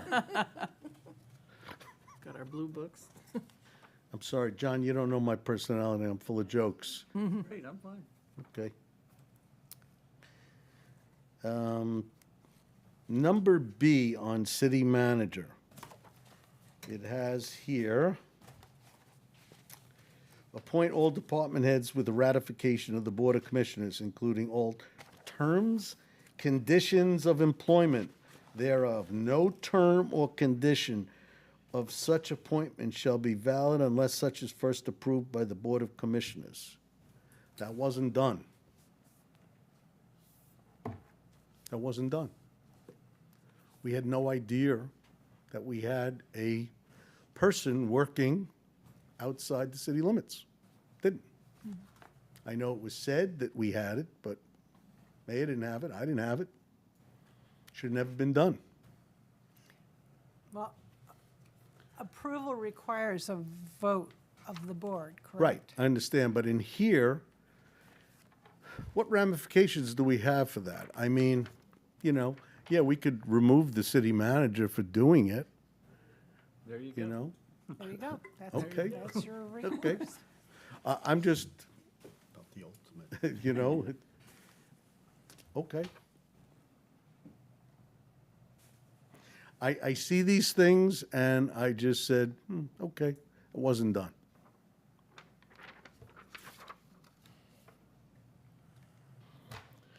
Okay. Yeah, we can write a charter. We can't force. Oh, no, I know, I know. Listen, I wanted to start this off also. I missed my first line. All these things that I'm reading, I remember what Mark LaCour said when he was first up here. Less is more. I hope you change very little of this, because once you start changing it, you do create other problems, and I'm well aware of that. So everything really has to be thought out. But you know what? I do believe that I'm in front of some of the smartest people in Tarpon Springs. You're all very knowledgeable in your own way, which is what I believe we have as a board that's very smart. Everybody has their niche. I don't get involved with what John Koulianis knows or what the mayor knows, and hopefully they don't get involved. Well, they sometimes get involved with what I know, but I'll let that go. So I just think that if there's anything that I'm bringing up, I think it was asked of me to look through this and to bring up all things that I think are not, you know, what I disagree with or agree with, or, and then it's up to you, you know, to bring it back for us. Oh, sorry. With the same thing, I will say, there is in the city manager, number G. Again, there is a statement under G that says, keep the Board of Commissioners fully advised. How do you monitor that? There is almost no way. It's up to the city manager whether he wants to tell you A and you B or you C. So I just looked at it and I said, that's nice. In the old days, when that happened, and he didn't do it, You tarred and feathered them. how many did we have? 2 or 3. 2 or 3 city managers left for that reason. You guys got to get tough. And I don't mean you go out and fire everybody tomorrow, but if this says you should do it, they can't tell you no. Get them. The next one, I mean, you're getting ready to advertise. That'd be my first question to We're beyond you. advertised. We got 38 now. I heard 42 to read through. Good. That's good. Read all of them. I know. Narrow it down yourself, is what I say. I know. I was asked to read it and have a decision by Tuesday, but I kind of shot that one down. That's a little much. Typically on keeping the board advised, if you keep your ear open, the walls talk and the street talks, and you'll know if you're not being advised. Because it'll get back to you, like, why didn't you know about that? Yeah. You know, Mr. Terrapini, I got to tell you something. That's one thing that I learned about Tarpon Springs. If somebody whispers on one side of town, the whole town hears it sooner or later. I know. All you gotta that. do is listen. I do. Believe me, I listen. I have my ear to the ground. I feel like an Indian some days. Okay. Yes, let him continue.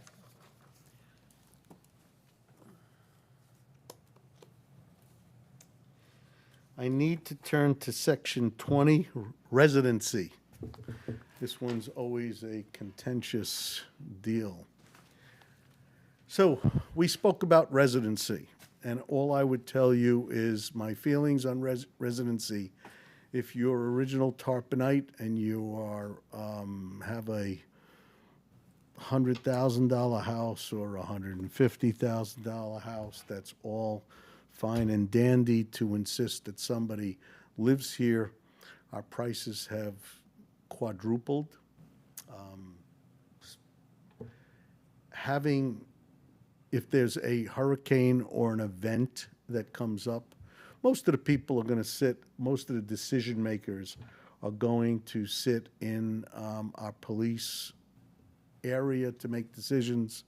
I've always volunteered that I would be happy to be there as a city commissioner. I've had arguments with some commissioners that have decided they wanted to be safe for their kids. Feel free, you can. I don't have kids here. I'm happy to be here. I think there's only a few people that really should be insisted on being here to make those pertinent decisions that the city needs to do.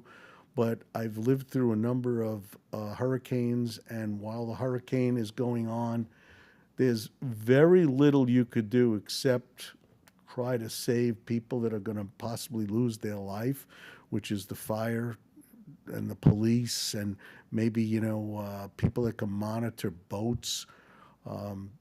But it's the aftermath that is more value. And truthfully, what I've noticed in these hurricanes is that people want to help and they want to send and inundate and send you so much supplies and stuff that you don't even know where to put it. You don't know what.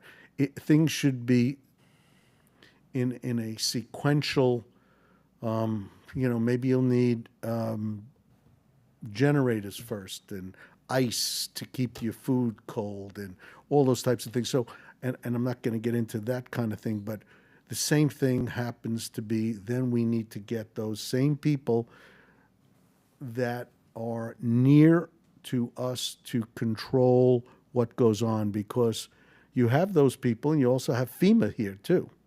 So it's not just that we need our own people, we need finances, we need decision-making, we need people setting up tents and places for first aid, and because our hospitals are not functioning. So there's a lot of things that go into this procedure. I watched it during Hurricane Irene, Hurricane Sandy. My son was in Katrina. So I don't know if you need to put a restriction on having somebody sit in and live in the vicinity. I did hear a perimeter of whatever it be, 5 miles, 10 miles, 15 miles. That's a more reasonable thing, because what I don't want to do is I don't want to put somebody where we can't get a quality person who's really doing an excellent job and saying, no, you can't be in this, or we have to let you go because you didn't decide to move from Tampa here. Case in point, I want to give a compliment. Tommy Kiger lives outside our limits. And the more I speak to him, the more I'm impressed with how smart he is and how well he has taken on the position of Paul Smith. And I was very concerned because Paul Smith, I have a very strong feelings. He was very knowledgeable. I would hate to lose a guy like that. And for that reason alone, a guy like that, you can't put restrictions on where they live.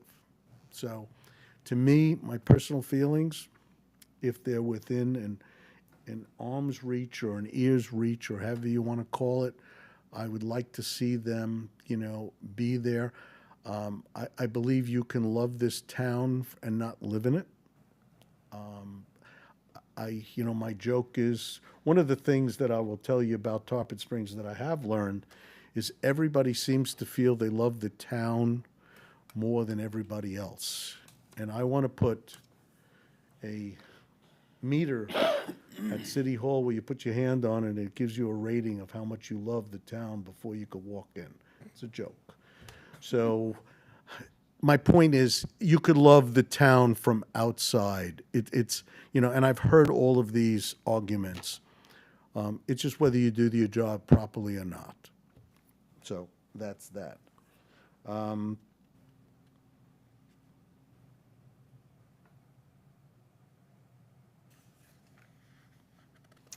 did speak a little bit on the CRA.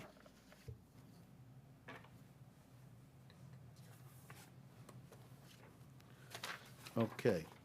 So I'm kind of done with what I'd like to see change in the charter, or what I'd like you to discuss in the charter. I don't want to use the word change. These are all comments. Do I have time, by the way?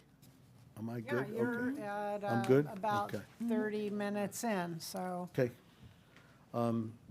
These are some of the comments that I was listening to the prior commissioners coming up and speaking about, or some of the things that you all were speaking about. So I know that John Koulianis was up here and he was speaking about building height.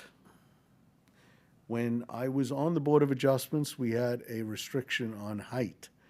It stopped us from allowing a hotel to be built on 19. We weren't allowed to do it. It just didn't fall under the code. So I don't know, of course, everybody comes up and they go, that's because of the height of the ladder of the first fire truck we had. You hear a whole bunch of stories, but we have to set something up. And I don't know if it's in the charter or if it should be in the Muni Code. Maybe it's something we've got to do, but I remember when there was a hotel trying to be made up on the sponge docks, and one of the comparisons they gave us was, well, look at Tarpon Tower. Well, if you're sitting at the sponge docks, you don't even know where Tarpon Tower is. With my sarcasm, I said, well, let's look at the Empire State Building. We might as well look at that. It was just as close.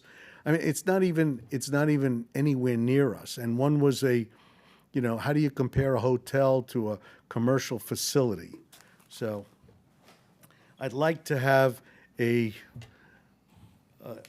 wherewithin of what is commercial height should be, what a residential height should be, and a hotel. So, and I know we had this issue and we were not allowed to speak about it too much.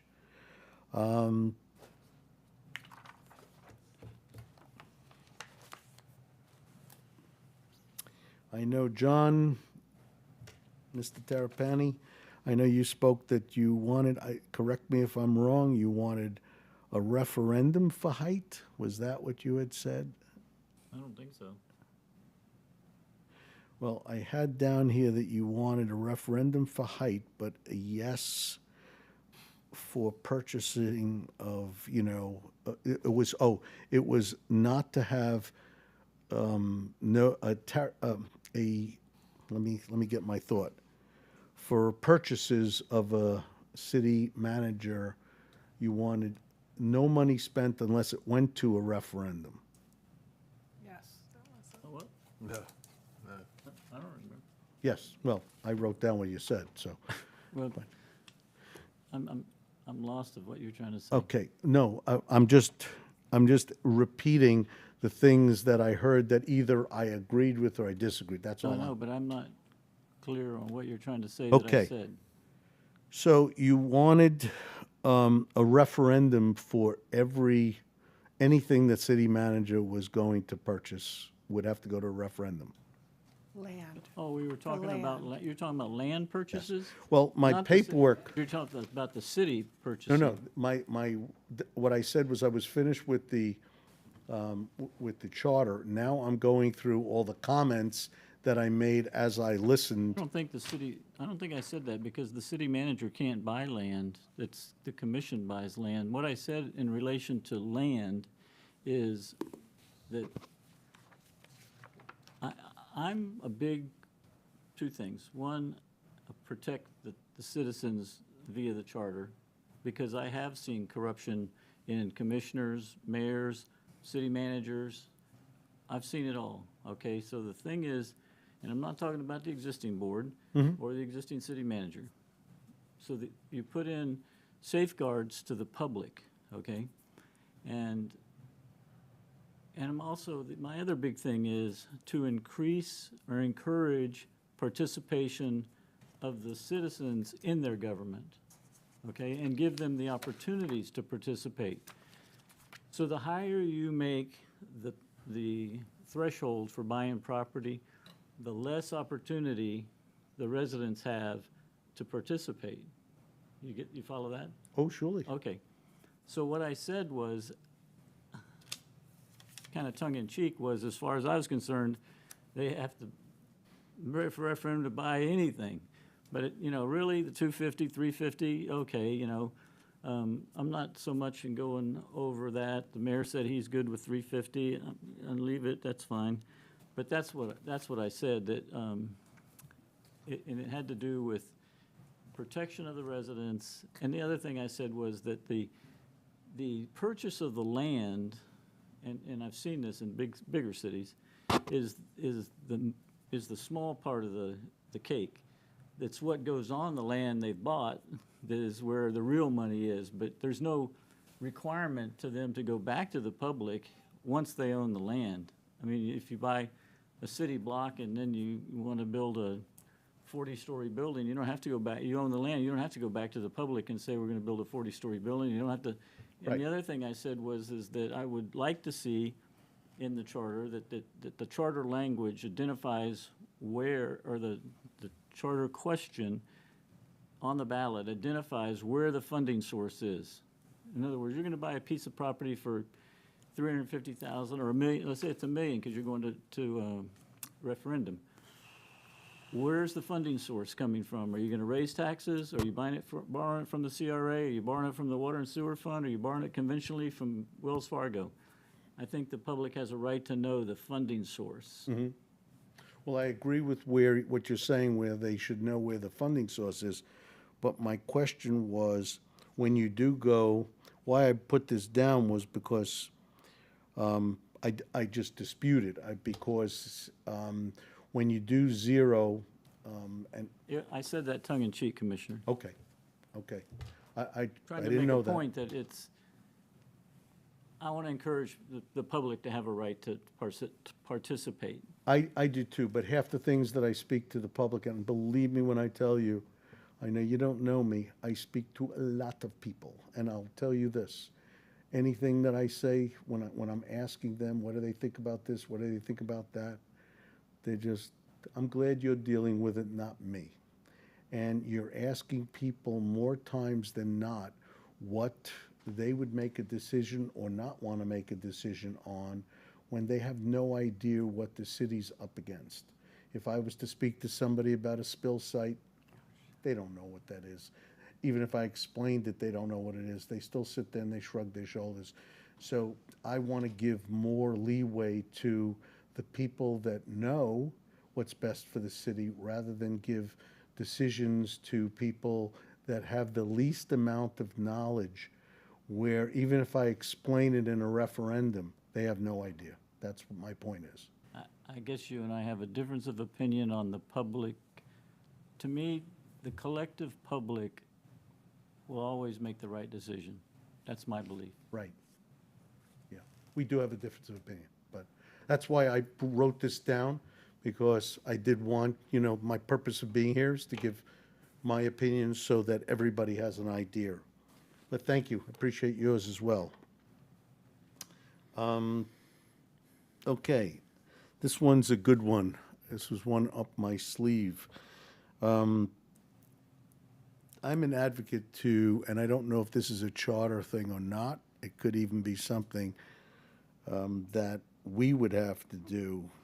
I drive by on my bicycle Sunset Beach and Fred Howard Park and Craig Park, and this past weekend there were so many people parked with trailers all over the Craig Park, all over, up and down every street, blocking the streets. Some of them had tarpon stickers, but most of them were either expired or not there. I think we have a ruling that the police can only issue summonses for the people that are parked on Craig Park. I don't believe that they have any jurisdiction on the streets because it's a legal trailer. They only have it if the trailer width exceeds a certain limit on a street with a limited width. But what I'm looking for is if there could be a radius of within that boat launch area, that we don't allow people to just decide to block up our streets. with trailers that come in from anywhere just to utilize our facility and then leave it there to block up our residents. So that's something that I'd like you to think about. Not sure that's Well, a charter. The, That's, It's not in the charter, but the problem is not where they're parking. The problem is we don't have places for them to park. Oh, And yes, I know. Secondly, we only have one boat ramp in the worst place we could have it. I'm with And you. on 2 occasions that I remember, property was available where we could have had a first-class place and no trucks and trailers, and the Board of Commissioners didn't pursue it. So maybe you could convince them, we need to look now. There's a few places left. Let's look now, because this is a water town. We have more water basin hitting our land than any other city in the county does. But we don't have a way to get our boats in the water. Well, believe me, I know this all, and I agree with Your you. boat, I know, more reason for you to be the one to bring it Well, up. I'm also the one that gets the complaint from the resident that says, hey, I have a sticker and I can't park there. What do? I feel for them. I go, I understand. Commissioner, Sure. it's not, I appreciate the dialogue. It's not for the charter, but like Jim said, you don't have one, you have two. You have 2 launching ramps. One launches into a manatee migration zone, and the second launches into the pristine grass flats of the St. Joseph Sound Aquatic Preserve. A proper boat launching ramp should be a priority of the city. Close the 2 you have to combustional engines and make them canoe and kayak launches. You had a chance to buy, not you, the commission had a chance to buy 20 acres on the Anclote River with an existing launching ramp and with an existing pier. There's people in this room that lobbied against, and it had to go to referendum. It was all teed up to go to referendum. There's people in this room that lobbied commissioners, do not let the people vote on it. Don't let them vote. You know why they did that? Because they knew it would pass. And they didn't want it to pass because they saw it as an impediment to buying the 64 acres on the east side of 19. Okay? So that's the real backstory on that. So There is available land, like Jim said. If you make it a priority, that's something the city would support in a referendum. I mean, maybe I'm wrong, but I don't have much doubt that they would support it. I think they'd But be it's not more than a supportive. charter thing, but there is land. So what I've learned is I can't go backwards. And, But it helps you to go forwards if you know where the mistakes were made. well, I understand, but there's still nothing I can do about it. We're I- supporting you. We're just saying, Okay. go get the land. and No, no, build it. what, my point I'm trying to make this is, I'm here, this is my venue where I don't have fellow commissioners, and I'm gonna say, you know, I wanna say what's on my mind, and then I'm happy for you to question me on anything that I didn't say or what I did say. I don't what wanna- I would like to do in the next while, unless you have big, other things to say about the charter, Yes. Vice Mayors, I'd like to give the board an opportunity to ask you questions. Well, let me just cover then a couple of hot items, because Okay. there was a commissioner that came up here and spoke about lobbying. Yes, we heard that. We heard that. And that, We recommended I, that. That's I not a fell off charter my thing. chair. Lobbying is probably the worst thing that we could possibly do, because unless we hire a lobbyist, for any one person to go and lobby, they're not speaking for the board, they're speaking for themselves.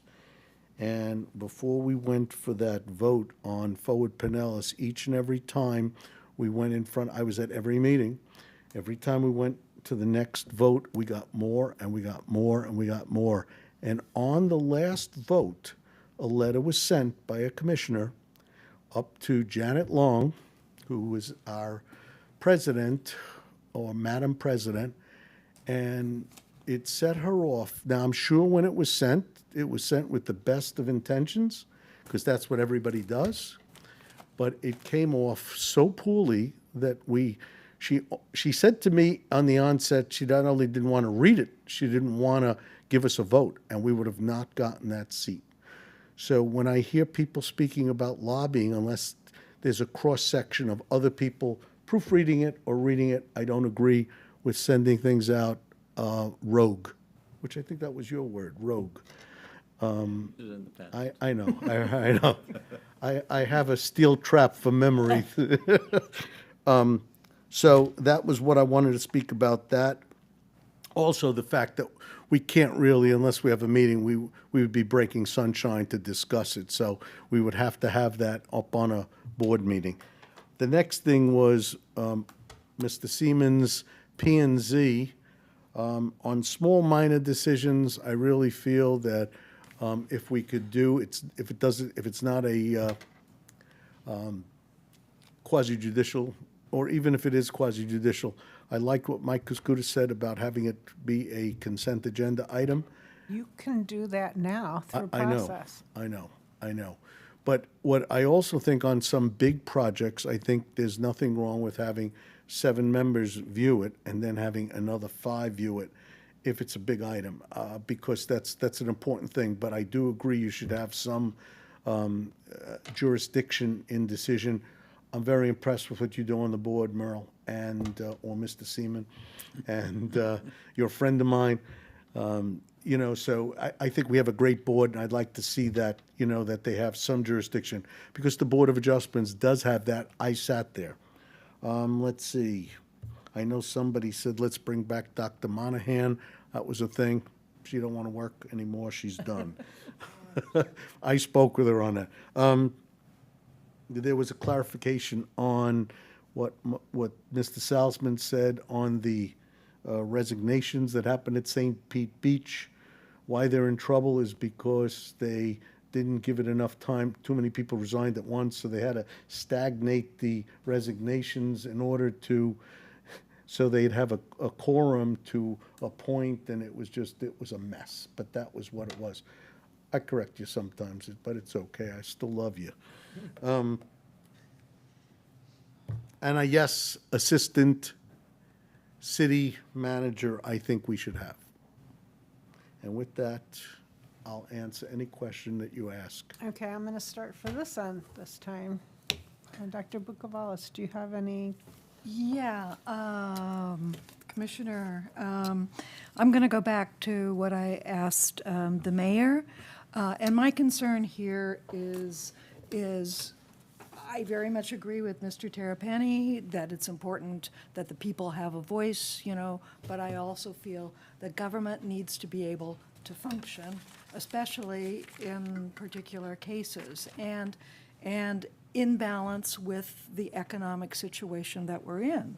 So, for instance, Section 24 talks about emergency purchases. If an emergency exists, the city manager may expend no more than $100,000. I wonder if it's an emergency, and it could be a hurricane or something. Do you feel this is enough? Should there be some way to increase that? And I have the same question about general funds for budgeted items has to go to bid for after $25,000. As an employee, I saw times where it seemed to me like there should be a little more discretion on the part of staff who were ultimately the people who were going to decide anyway, you know, whether, you know, about the bids and so on. So what do you think? I think I don't ask my wife what she spends for lunch, so I'm going to tell you that the person that's spending that money is much better suited to answer the question, which would be Mark Licoris. If he's okay with that 100,000 and he's willing to justify that to us and says that's fine, I'm good with it. If he tells me that it needs 150,000, and then I would, you know, consider that. The same thing goes for anything. Yesterday, at one of the agenda items, we were asked to spend $150,000 per year for geo whatever, okay? And it was a 5-year deal. I looked and I said, wait a second, we did the last 2 years, we spent $22,000. That's $44,000 in 2 years. How are you justifying me giving you $150,000? And of course, the comment I get back from prior commissioners or from people is, well, we just blanket this, and then they just, I don't blanket my checkbook. I don't say, here, take my checkbook and you write what you think you need. I need to have a checks and balances, like I heard Mr. Tarapani say, because my job is to represent the city and your taxpayer dollar. So we finally agreed to give them $75,000 per year, and that's what we approved. And anything more than that, they could come back to us. We're not, we're not invisible. You come back if you need more 1 year. If you don't need more, okay. But I'm not going to appoint $150,000 per year when you haven't shown me your biggest year was 140 and the other was 130. But 2 years you had 22,000. These kind of comments that, that come before us, they just don't make sense. So in answer to your question, I would give that over to someone who does the spending. I don't write the check for FEMA. I see the aftermath of FEMA, and we get reimbursed. So Complete. Ms. Jennings? I guess the one thing I wanted to talk to you about was building height, and you mentioned Tarpon Towers. Do you think that the city should look into creating different height zones in different areas, like, the Sponge Docks, the downtown, the Fruit Bowl, all of those, traditional historic neighborhoods should be keeping a low profile, but maybe as you go further out toward 19, maybe, you might be able to accommodate a slightly taller building. I agree with that. And truthfully, if our hands weren't tied when we were on the Board of Adjustments, I would have loved to see a hotel there. I'm sure most of you know we had a situation with a hotel, and one of the pieces of land was able to accommodate the height, but the others weren't. So we kind of gave every offer possible that could be a different height, and the other, no. So, there was nothing we could do except, follow protocol of what the zoning for the smart code was. I know they wanted us to just ignore it, but that's not what you do. Right. Yeah, it just seems like, the older, more historic areas of Tarpon, the height should be preserved. I think that's one of the things that gives the city its charm. Yes. But, it's just like when I moved here, I noticed that I hate chain restaurants. Sure. I almost never go to them. And they were all on 19, which is fine, and, everything on, in town was mom and pop. So it just adds to the character of the city. If you were to put a moderately sized, well, there are hotels on 19, it wouldn't bother me, but frankly, the hotel in the Sponge Docks did. And I think there was also access questions for trucks, and I think the same thing came up with the trailer park. Right. So, when you're dealing with, an infrastructure where you've got these narrow winding streets, I think, maybe you'd have to look at, putting something in place that would control what would go in there a little more. Well, when you have an older town like we are, zoning for what went on back in the 30s is so much different than what's gone in now, and it's so hard to change what we did then versus, you can't go into the Greek area, Greek community and decide to make that 10 feet wider. I've had people say, well, just knock some of the houses down. And I'm like, these are the comments, of course, but that you get. Why can't we build a hotel on the old Pappas restaurant? I mean, this is a daily conversation. And I'm like, fine, feel free, buy it. I mean, what do you want me to say? There's a lot of lack of knowledge of just, let's just do this. Let's just do this. If you read, everybody wants to put a left-hand turning lane on Mears and Alt 19, and I sit there and I go, fine, call Pinellas County. We don't do that. People don't even know what roads we own versus what the county owns. So there's so many things like this, but I do believe I don't want to endanger the Sponge Docks in the Greek community. That's the reason I moved here. And from when you see the comp plan and the strategic plan, people don't want that. So what happens on 19 happens on 19. Stays on Yes, 19. yes, okay. Thank you very much. Sure. Thank you. I'll just add something to that. In the local throw-out paper, the driveway paper that they throw to everybody, the planning and zoning director had a super article in there about doing exactly what they wanted done. That she has a plan she's going to be bringing to the board where she has containerized different areas I know this for one, right. just that. I know. So, it's coming. Well, we gave her authority to go and look into that because a lot of the muni codes were showing up and giving us problems. So, you know, I sat down with her, we've all sat down with her, but, you know, we actually have her putting red writing underneath the changes of what was to what should be, and then we go through it. So, you know, It's right there. It's yeah. ready for you. I mean, you know, that all that stuff has to be done, but it also has to be done keeping in mind that you don't want to annoy the person who owns the land either, you know. It's always a balancing act. You know, it's like, do you eminent domain everything that you want? No. You got to pick and choose. So, The other thing I was going to bring up, I've made up my mind we need to do something with people who live out of town. My holdback on all of this is, and I understand this gentleman is very good, we don't want to lose him, but I know he had to be good enough to remember what he read and agreed to. That's the part that bothers me. Do we need to move this to a longer length of time till he can find a house he can afford so we can keep him? Or do we just take it out? Or add a 5 or a 10 mile radius? He knew, okay, that bothers me. And whether he went straight to the city manager with it, I don't know. And I haven't asked because I don't want to know, because if he didn't go to him first, and I'm hearing from commissioners, then you ought to let him go. That's what the charter says.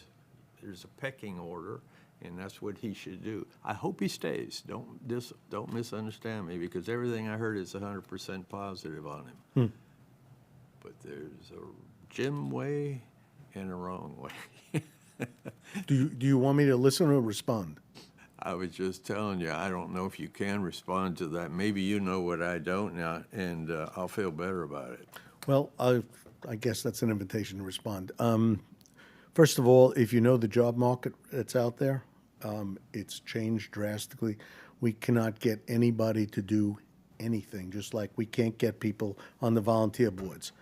I'm not only just familiar here, I keep tabs of New York, I keep tabs of San Francisco, I keep tabs. People just don't want to work, Jim. Your day and my day are gone. So when you do have somebody that's of value, you try to look away from the little things. He did not come in this position to be the department head. That was Paul Smith. And when Paul resigned, you know, here's the other thing, interest rates on your current house. You know, my wife forever tells me she'd like to size down. I go, oh, so you want to have a house half or a quarter of the size but pay the same taxes?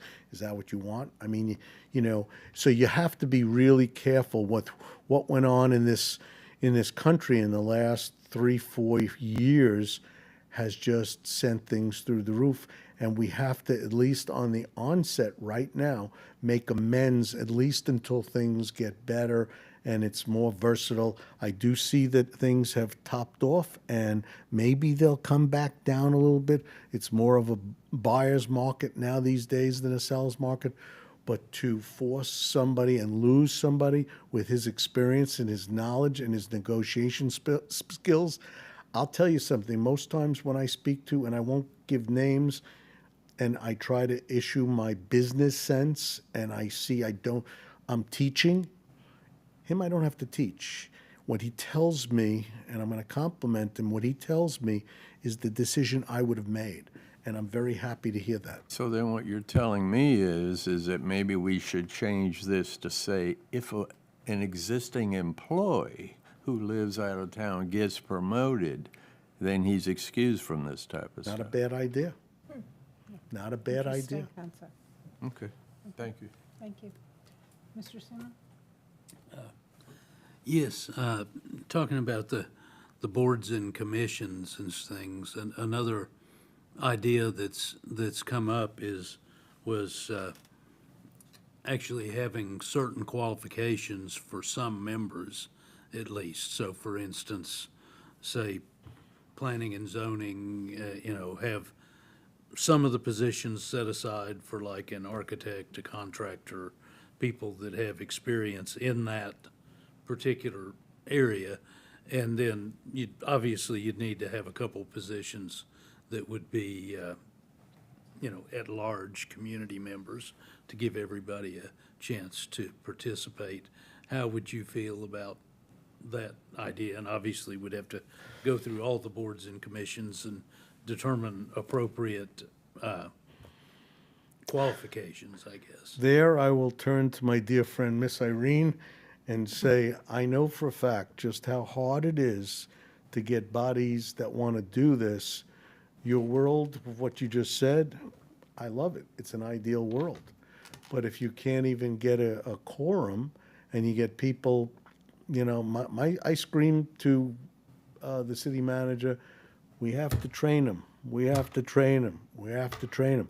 I personally think that city commissioners should be trained.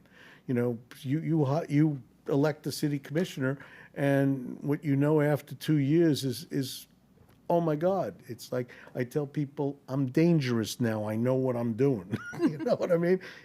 There's a big difference of what you come in to what you know, and that happened when I came on the Board of Adjustments. We do need to have training, and that should be before they're making major decisions in the city.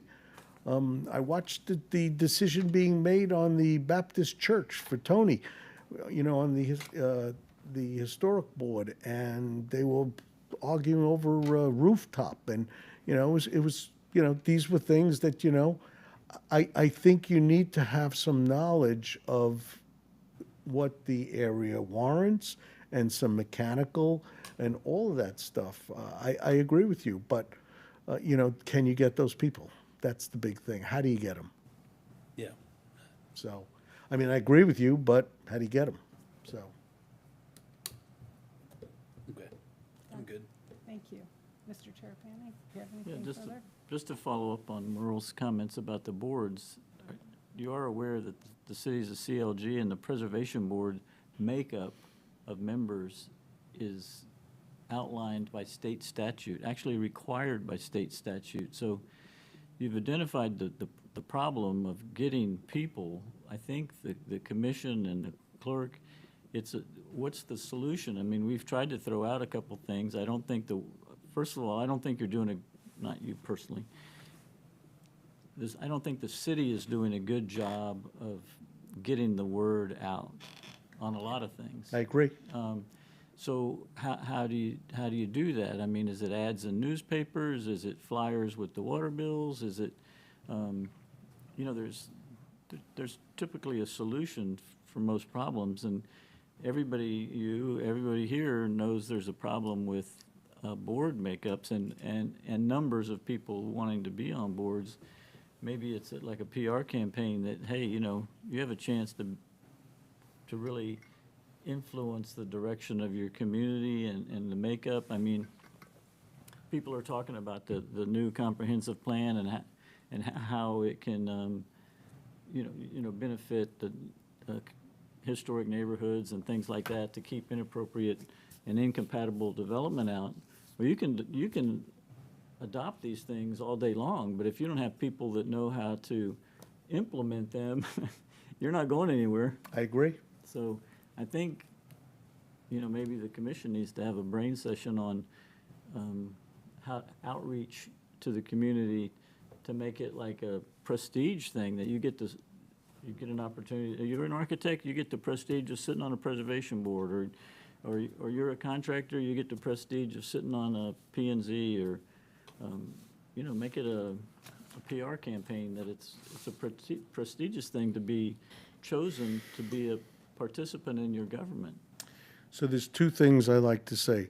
The one thing is that you have to be very careful because we have one or two architects in town. We have one or, this is the fight that Florida League of Cities has, that they're trying to remove home rule from us, okay?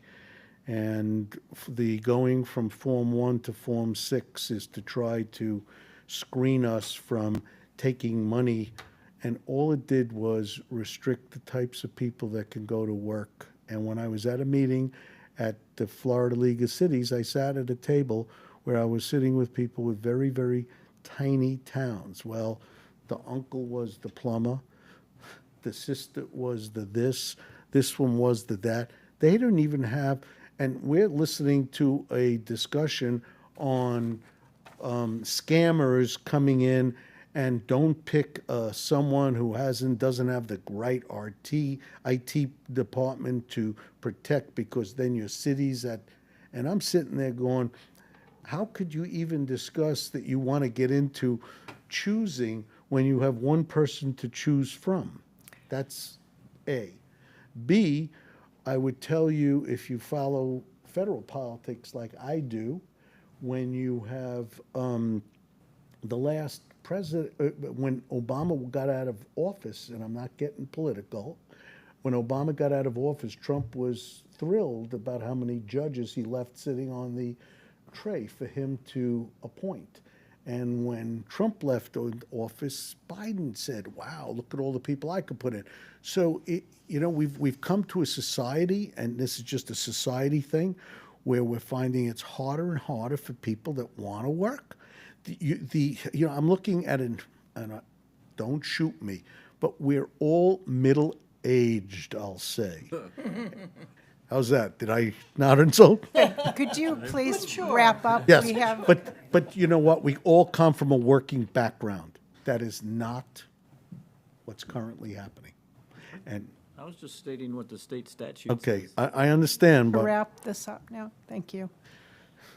I know you never was up against me, but I tell stories, so that's who I am. Vice Mayor, thank you very much My for coming pleasure. and speaking with us. We appreciate that. And I'll take calls anytime from anybody for any reason, so. Thank you. Thank you. I am going to open it up now to the public. Each individual will have 10 minutes or less. Carrie, can I just insert one thing that'll take 30 seconds? Sure. Okay. Section 16B, the third line. I think you should insert the word appointment after such, so it shall be valid unless such appointment is first approved. Where are you at, 16, John? Part B, line 3. Okay, so is that based on conversation here or something you No, just no, saw? no, I think it's, it says, no term or condition of such appointment shall be valid unless such appointment is first B, approved. third It's more a line. Okay. grammatical thing. All right, yeah. Some Scriveners, all that I'll Scrivener, we're I'll gonna have make to. the note. We'll Thank you. usually save comments like that until we're Right, okay. focused on doing that sort of thing. Okay, Anita Protas, 901 Bay Shore Drive. We'll make this very short and elementary. From things I've heard about people getting along on the board, the mayor must learn to use his gavel, and he must learn to say, stop it. This is not proper for a public meeting. Where you fuss at people, tell them off, that's not what a commission board is supposed to be. The mayor has to use the gavel, and I don't know if it's up to the city attorney to tell him to use the gavel, but last night was wrong, and he should have used that gavel and thrown his authority to stop such ugliness. Board training, we can't use tax money to give them money to be on a board, because if you do for one, you're going to have to do for all of them. They do get a dinner when they are going to the school to learn about our government. The clerk's office does an excellent job with that. But people are turned off now to be able to come and be on boards. It's hard for them to make a living. It's hard for them to keep their homes up. But enticement as you're part of this community, come and help us and be on a board. Training, yes, that's very important. They need to have an education. It shows by the historic board You shouldn't be on a board because you read Gone with the Wind or historical novels, or you like to color old homes. You have to understand the architecture, the roof, and all of that. Let's go to our roofers here in town and ask them to be on some of these boards. The plumbers that live in this town, and ask them to be on Mayor, these I boards. apologize for interrupting you right now. This is a period of time for making charter change Well, recommendations. that's what I'm telling you. These things don't belong to charter, but one thing I want to make clear, because I was hit with it this weekend down at Craig Park. I didn't say to bring back Kathy Monahan. I said Kathy Monahan still has her foot in the door in Tallahassee.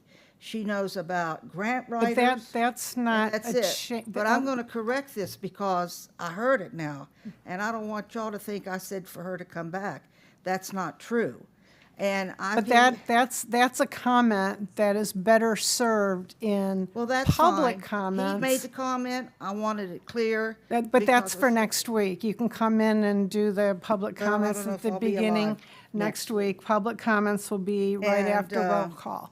But if you have a change you are going to suggest from the charter, that's the time. These are not charter things that he said at the end. None of them are. And I recognize that, and we give some leeway when the commissioners come in. That's fine. Thank you. I'll deal with them myself.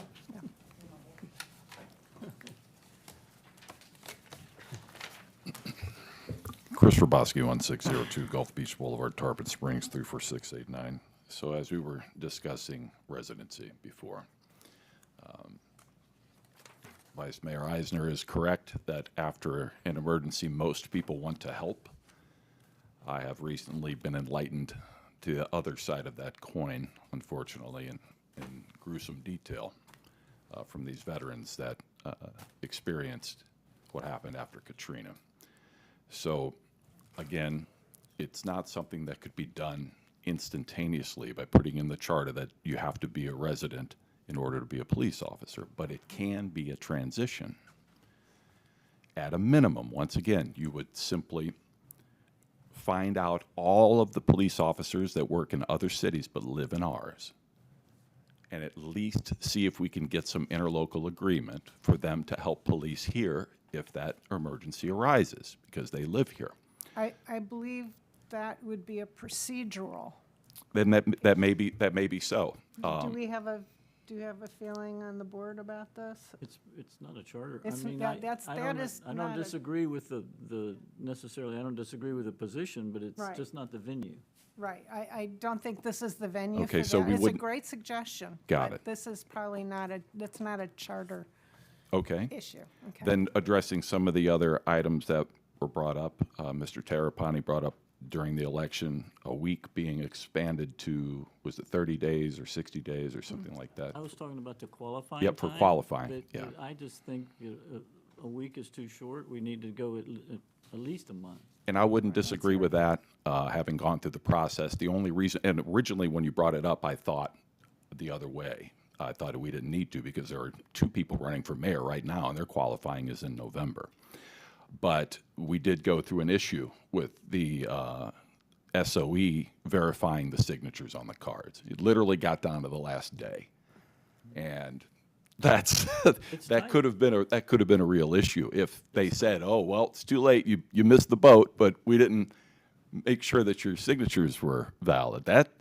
That's tricky. So I agree. Expanding the time frame might be wise. Also, something that really doesn't matter much is the 25 signatures versus the $25. Most other entities in the state, they do either or. You can pay to file to run, or you can get signatures. I think and it varies on population. Like if you're running for State House, you might have to get 2,000 or 1,000, depending on what district you're in. And when I approached an expert on this, he said that was mainly, I want to get this right, it had to do with disabled people. If people, they could afford to pay, but they couldn't afford to go out and get the signatures because they were in a wheelchair or whatever, and they would have difficulty doing that. That's what was told to me why that's done that way. The city's inconsistent with the rest of the state. Just saying. Doesn't matter to me either way. And it makes sense to me that you would pay and get signatures because, But that might be something to consider. As far as the boards, like planning and zoning, in 2004, 2005, there was a Walmart that was up for discussion in Pinellas Park. And at that time, the Planning and Zoning Board vetoed that project. They were going to demolition a whole beautiful acreage of land. That board vetoed it and said no, which forced them to come back with a new idea, which is where they are today. They, in an old drive-in theater or whatever, they had to take down, right? So it was already paved land. So in that case, it worked. So giving the board planning and zoning veto power might make sense. No matter what, it's going to get approved. If you approve it, it's going to go to the Board of Commissioners to either approve it or deny it. But why should we, if the project is so bad that it can't clear the Board of Planning and Zoning, why should it go in front of the Board of Commission? If it's that bad of a project, it should be able to be vetoed. And you could make that supermajority or whatever. And again, the Board of Commissioners, let's say that you get a unanimous decision not to build something. You say, this is just awful. I would still give the Board of Commissioners the option of weighing in and saying, but I want to pull that. And I want it to be for us to decide whether or not it's that bad. So I think that's the way to go with that, because then, you know, you will be saving time for the city and time for the commissioners. And it gives you more power. Not that you know, that's why you'd want to do it, but that it would certainly make it more efficient. As far as the dredging, I've been approached by many people who assume I'm an attorney, and they ask me about riparian rights, right? They want to sue the city over the fact that the waterways are not, you know, they're not navigable, and that needs to be done. And somebody's eventually gonna sue. So whether you take care of it on the front end, you know, or you take it on the back end, it's gonna cost. And then the city's gonna have to sue the county probably to get them to do something. Is there a change you're recommending for the charter based on those comments? Well, yeah, it had been mentioned at previous meetings that you take that out of the charter, right? This is a waterfront community, so I believe that it should be in the charter that be. It's in there. It's in there. It's yeah. in there where they have to do something Yeah. within a 5-year period. Correct, but what I'm saying is that it was mentioned that it should be removed, and that's why I'm saying don't remove that. We're not removing it. Okay, Not removing Not with that. this group. okay, just making sure. Yeah. So that is something not to change. Okay, you have 3 more minutes. Okay, and what were some of the other items that were brought up?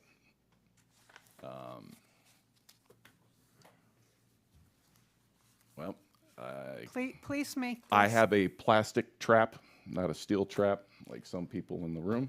So they have escaped my my recollection. But if you have any questions, I'm happy to. Thank you. Thank you for your comments. Okay. Appreciate it. Thank you. You're welcome. Okay. We are still open for public comments. All right, before you start, I'm going to make a comment. If we have behavior that happens like last time, I will hit the gavel for a 5-minute recess. Okay? I would expect everyone to walk out and come back in 5 minutes after doing whatever business you need to do. Thank you. Thank you. Georgiana Francis, 15 Athens Street. First, I did want to apologize for my delivery last week. I was raised to respect my elders, so I do apologize, again, for my delivery, not my statements, which I do stand behind. And I did want to make sure I came today because I heard Dr. Root would not be here next week, and that her and Mr. Koulianis don't know me outside of these meetings. So I just wanted to make that clear.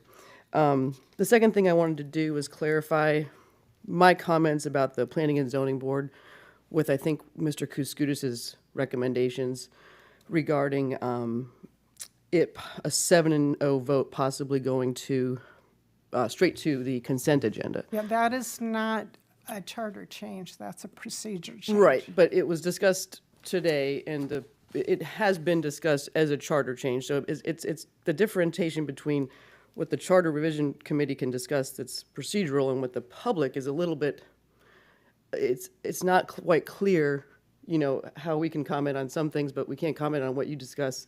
And I thought the interaction should be a little bit more fair, but if Mr. Salzman, Attorney Salzman wants to weigh in on that, I'm just trying to clarify my own You statements. can come and talk to us during public comments if you need to rebut or address something someone has said about you or something like that. Can I comment on the Civil Service Board? That's a charter, yes, it's a charter. Well, that was my second agenda item. So my second point, or third point, was has been brought up at the Civil Service Board,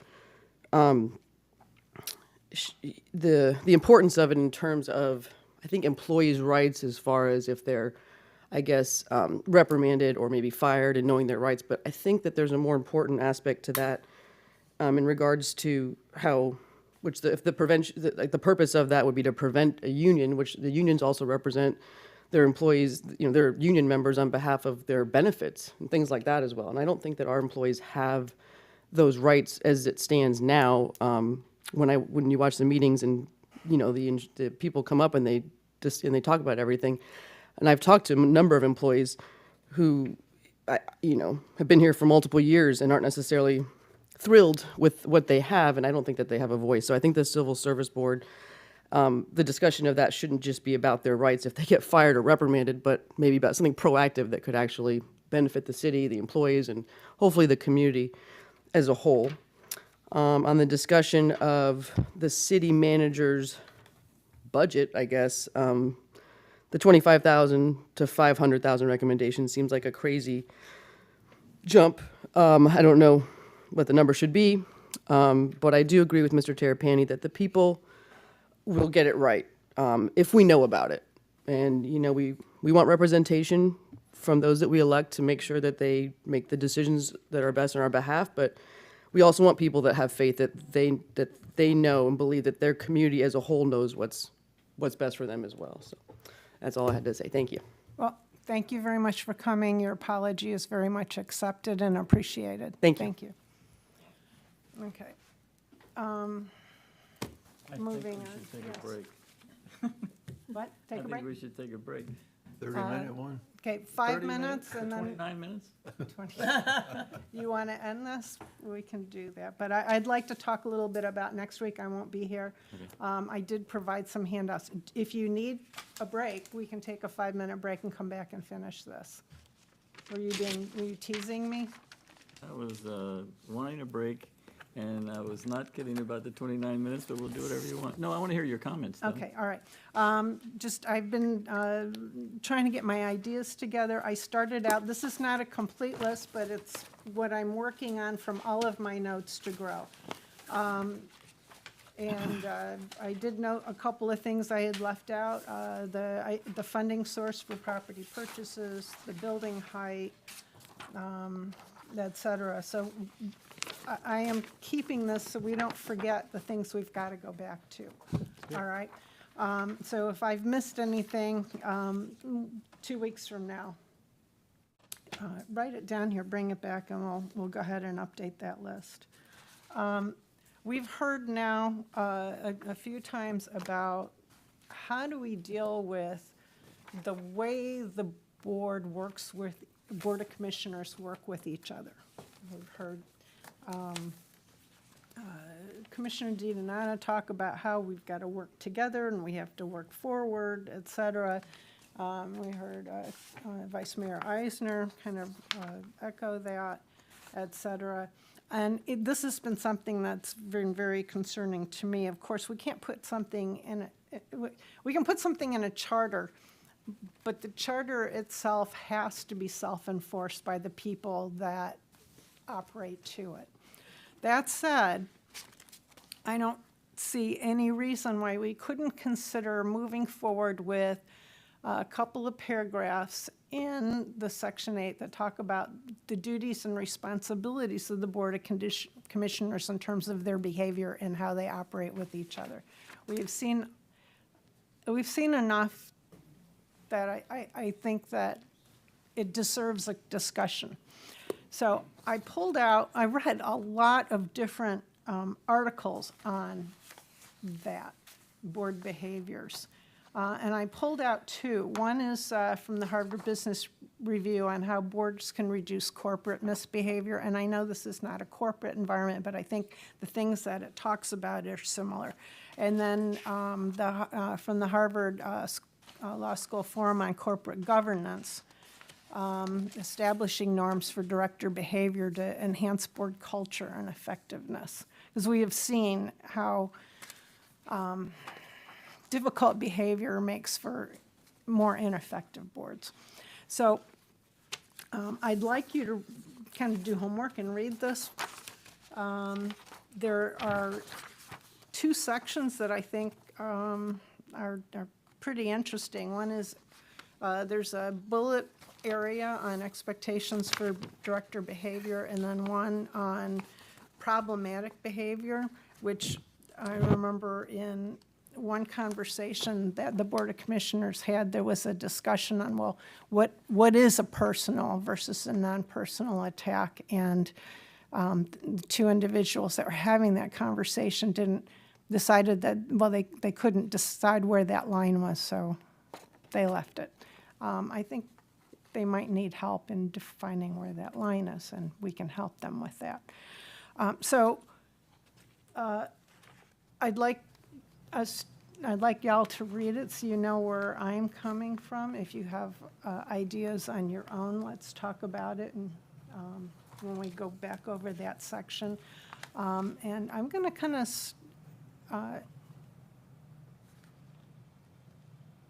I'm going to throw something out there.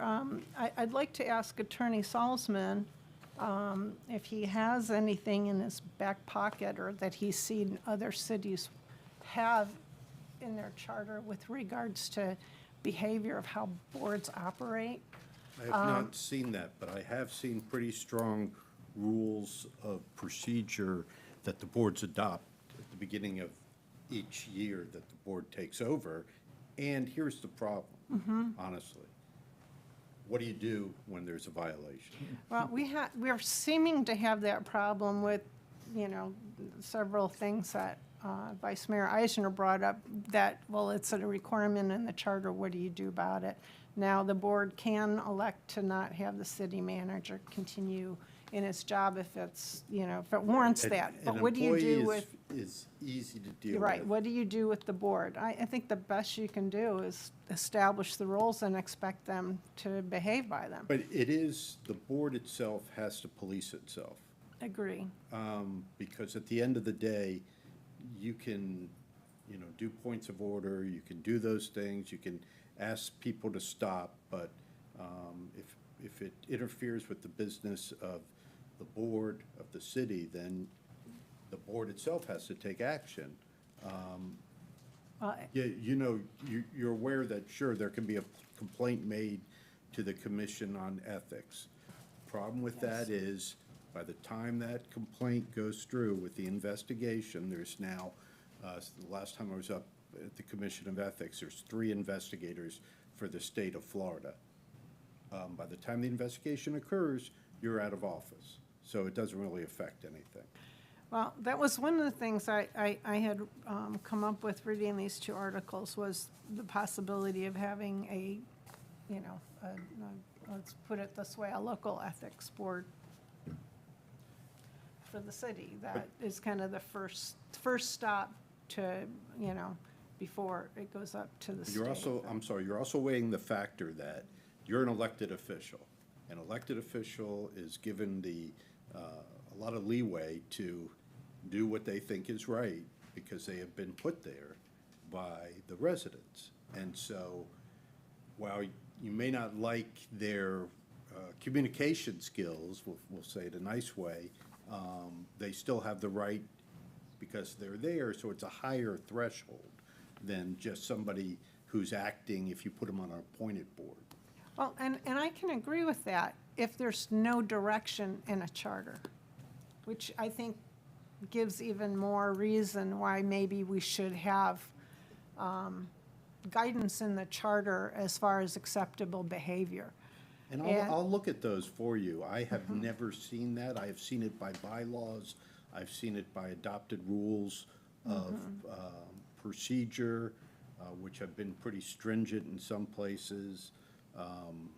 But again, at the end of the day, it's the board sanctioning, or in some cases, rare cases, you see removal of someone. And then, of course, that creates all sorts of potential litigation and actions and injunctive actions. And, you never want to get there. And in those cases, you really want to look at somebody doing something completely improper, illegal, as opposed to civility. Well, I think, Mr. Salzman, we have a lot of respect for you and your opinion here. So would like to think about it. I'm happy to and look put- at it. It's that- not, that you're would not be the awesome. only place that has these Yes. issues.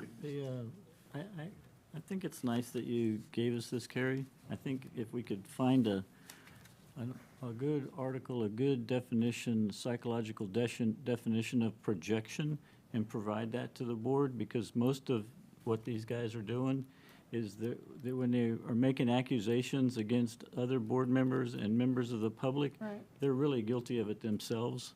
And so it's the worst case of projection I've ever seen in any place I've ever been.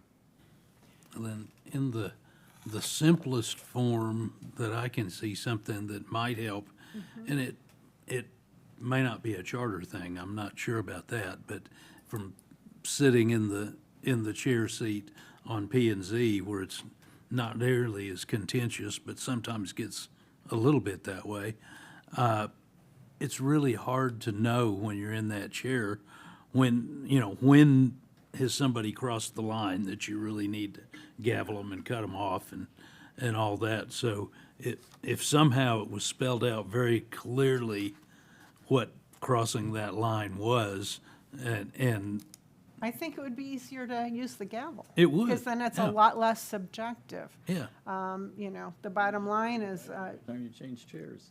Because Yeah. what's, you know what I mean, Merle? I mean, what's, Well, everybody has a different Different personality yeah. and a different level of what they'll take.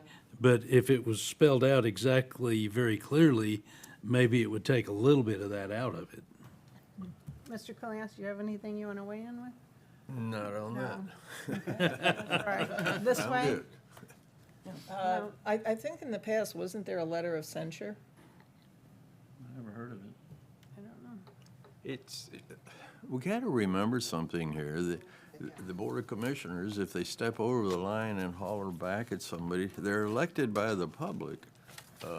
So how do you think the other four are going to throw them out or stop them? Well, We do it by example. They should do it by example. If they're humane when they're talking to somebody who's very upset, that'll slow that somebody right down. But lately, they lose their temper. I mean, there's nothing we're going to ever do about that. That's an individual.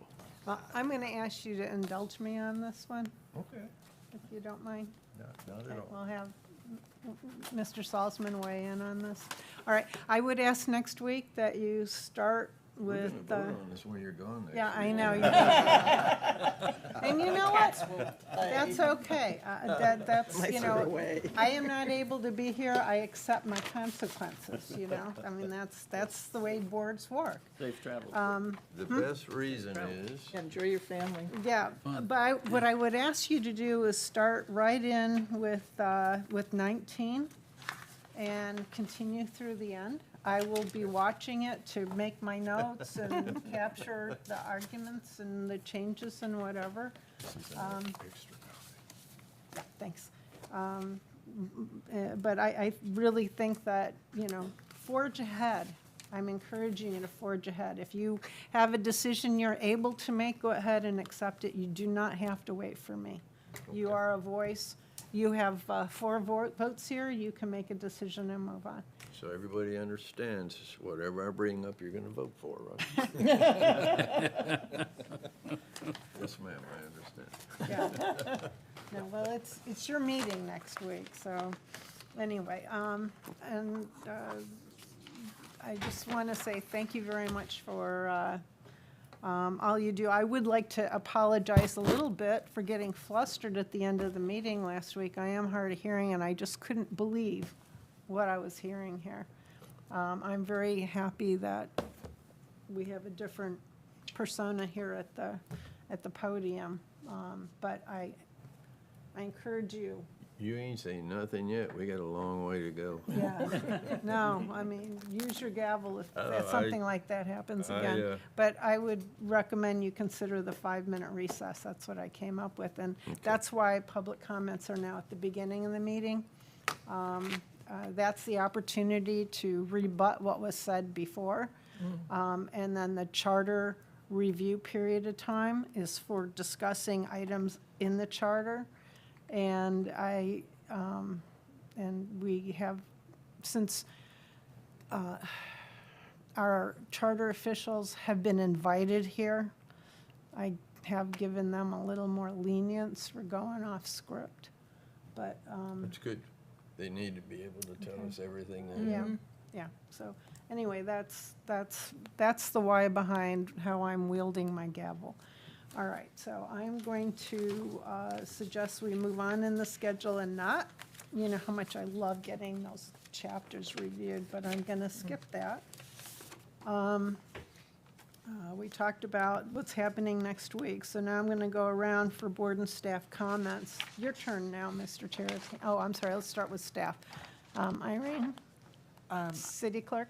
I am working on scheduling the planning and zoning director, and I believe possibly procurement for the 10th, but I will get back as soon as I have a confirmation. Thank you. Mr. Salzman? I have no additional comments. Okay. Mr. Terrapini? I thought that John Koulianis had some valid points about the height thing.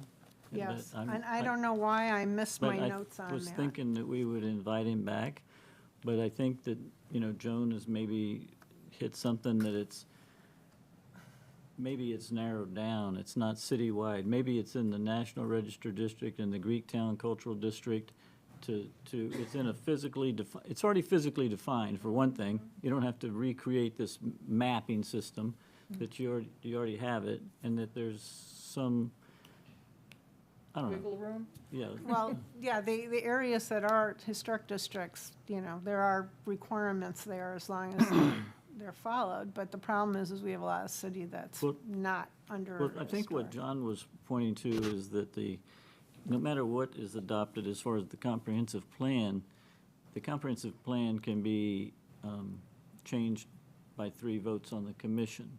So what he's saying is that,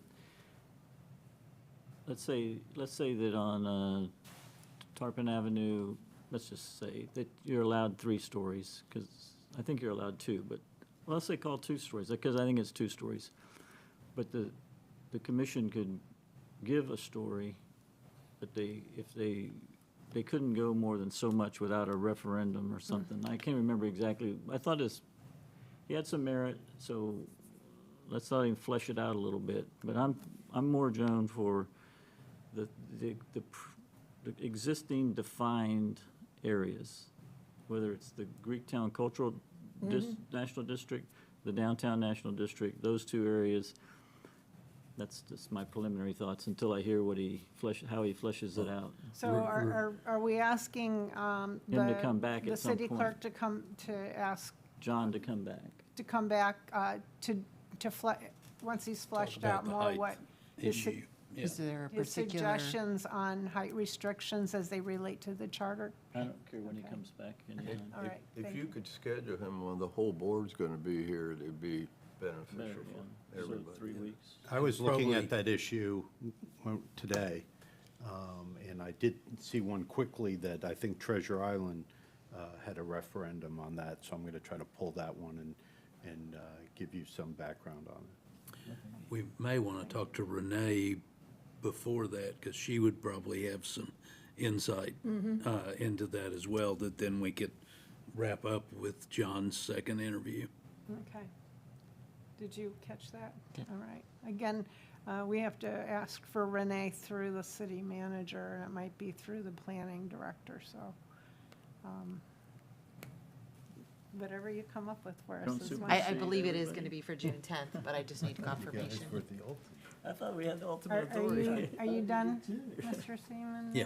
And- I just have one question, Irene. The last time we invited the hospital director, president, to come and see if he had anything he wanted to change or not. We still gonna do that? That's up to this board. I think it makes sense, especially since he's new, he hasn't been through the charter Right, before. He should be scheduled. And when you talk to him about this, you might want to explain why. So he might not be aware of the things. If he reads what's in there, he may not have a problem with Yeah, it, he might. because the director the last time came to the first meeting, then we did the writing, and he never came back to say it was okay or not, so I know that had to be okay. Well, I remember we changed the name, because Yeah. the hospital name had changed, and I don't know if they're continuing to change the That- name, but it That needs to be basically, I updated think, there. was that if they ever, whatever they change, it has to belong to the city of Tarpon Springs. Right. Maybe that's why he didn't come back. Possibly. All right, that's a good suggestion. City clerk, if you could schedule that, that would be good. I'm good. I know, you're great. Great. Dr. Bucalow? First, I want to thank you for doing this, just to keep us organized. Thank you very much. I did it to keep me organized. It worked And for all I of us. still have missed a couple of things, but. And the second thing is, I'd love for John Kolianos to come back and talk to us about that again, and I want to very much hear what Renee says. I hope you will save the discussion for when I'm here, because as the person who did the nomination for the Greektown Historic District, and lived there and worked there, I'm very involved with it, but I will be out June 17th, so let's please schedule Yeah, that let's not discussion have them for- on the 17th. You did give me You that can bring in the information. city hospital Yeah. on the 17th. You're stuck with me until September. All right, I am going to move to adjournment. Meeting adjourned at 4:51.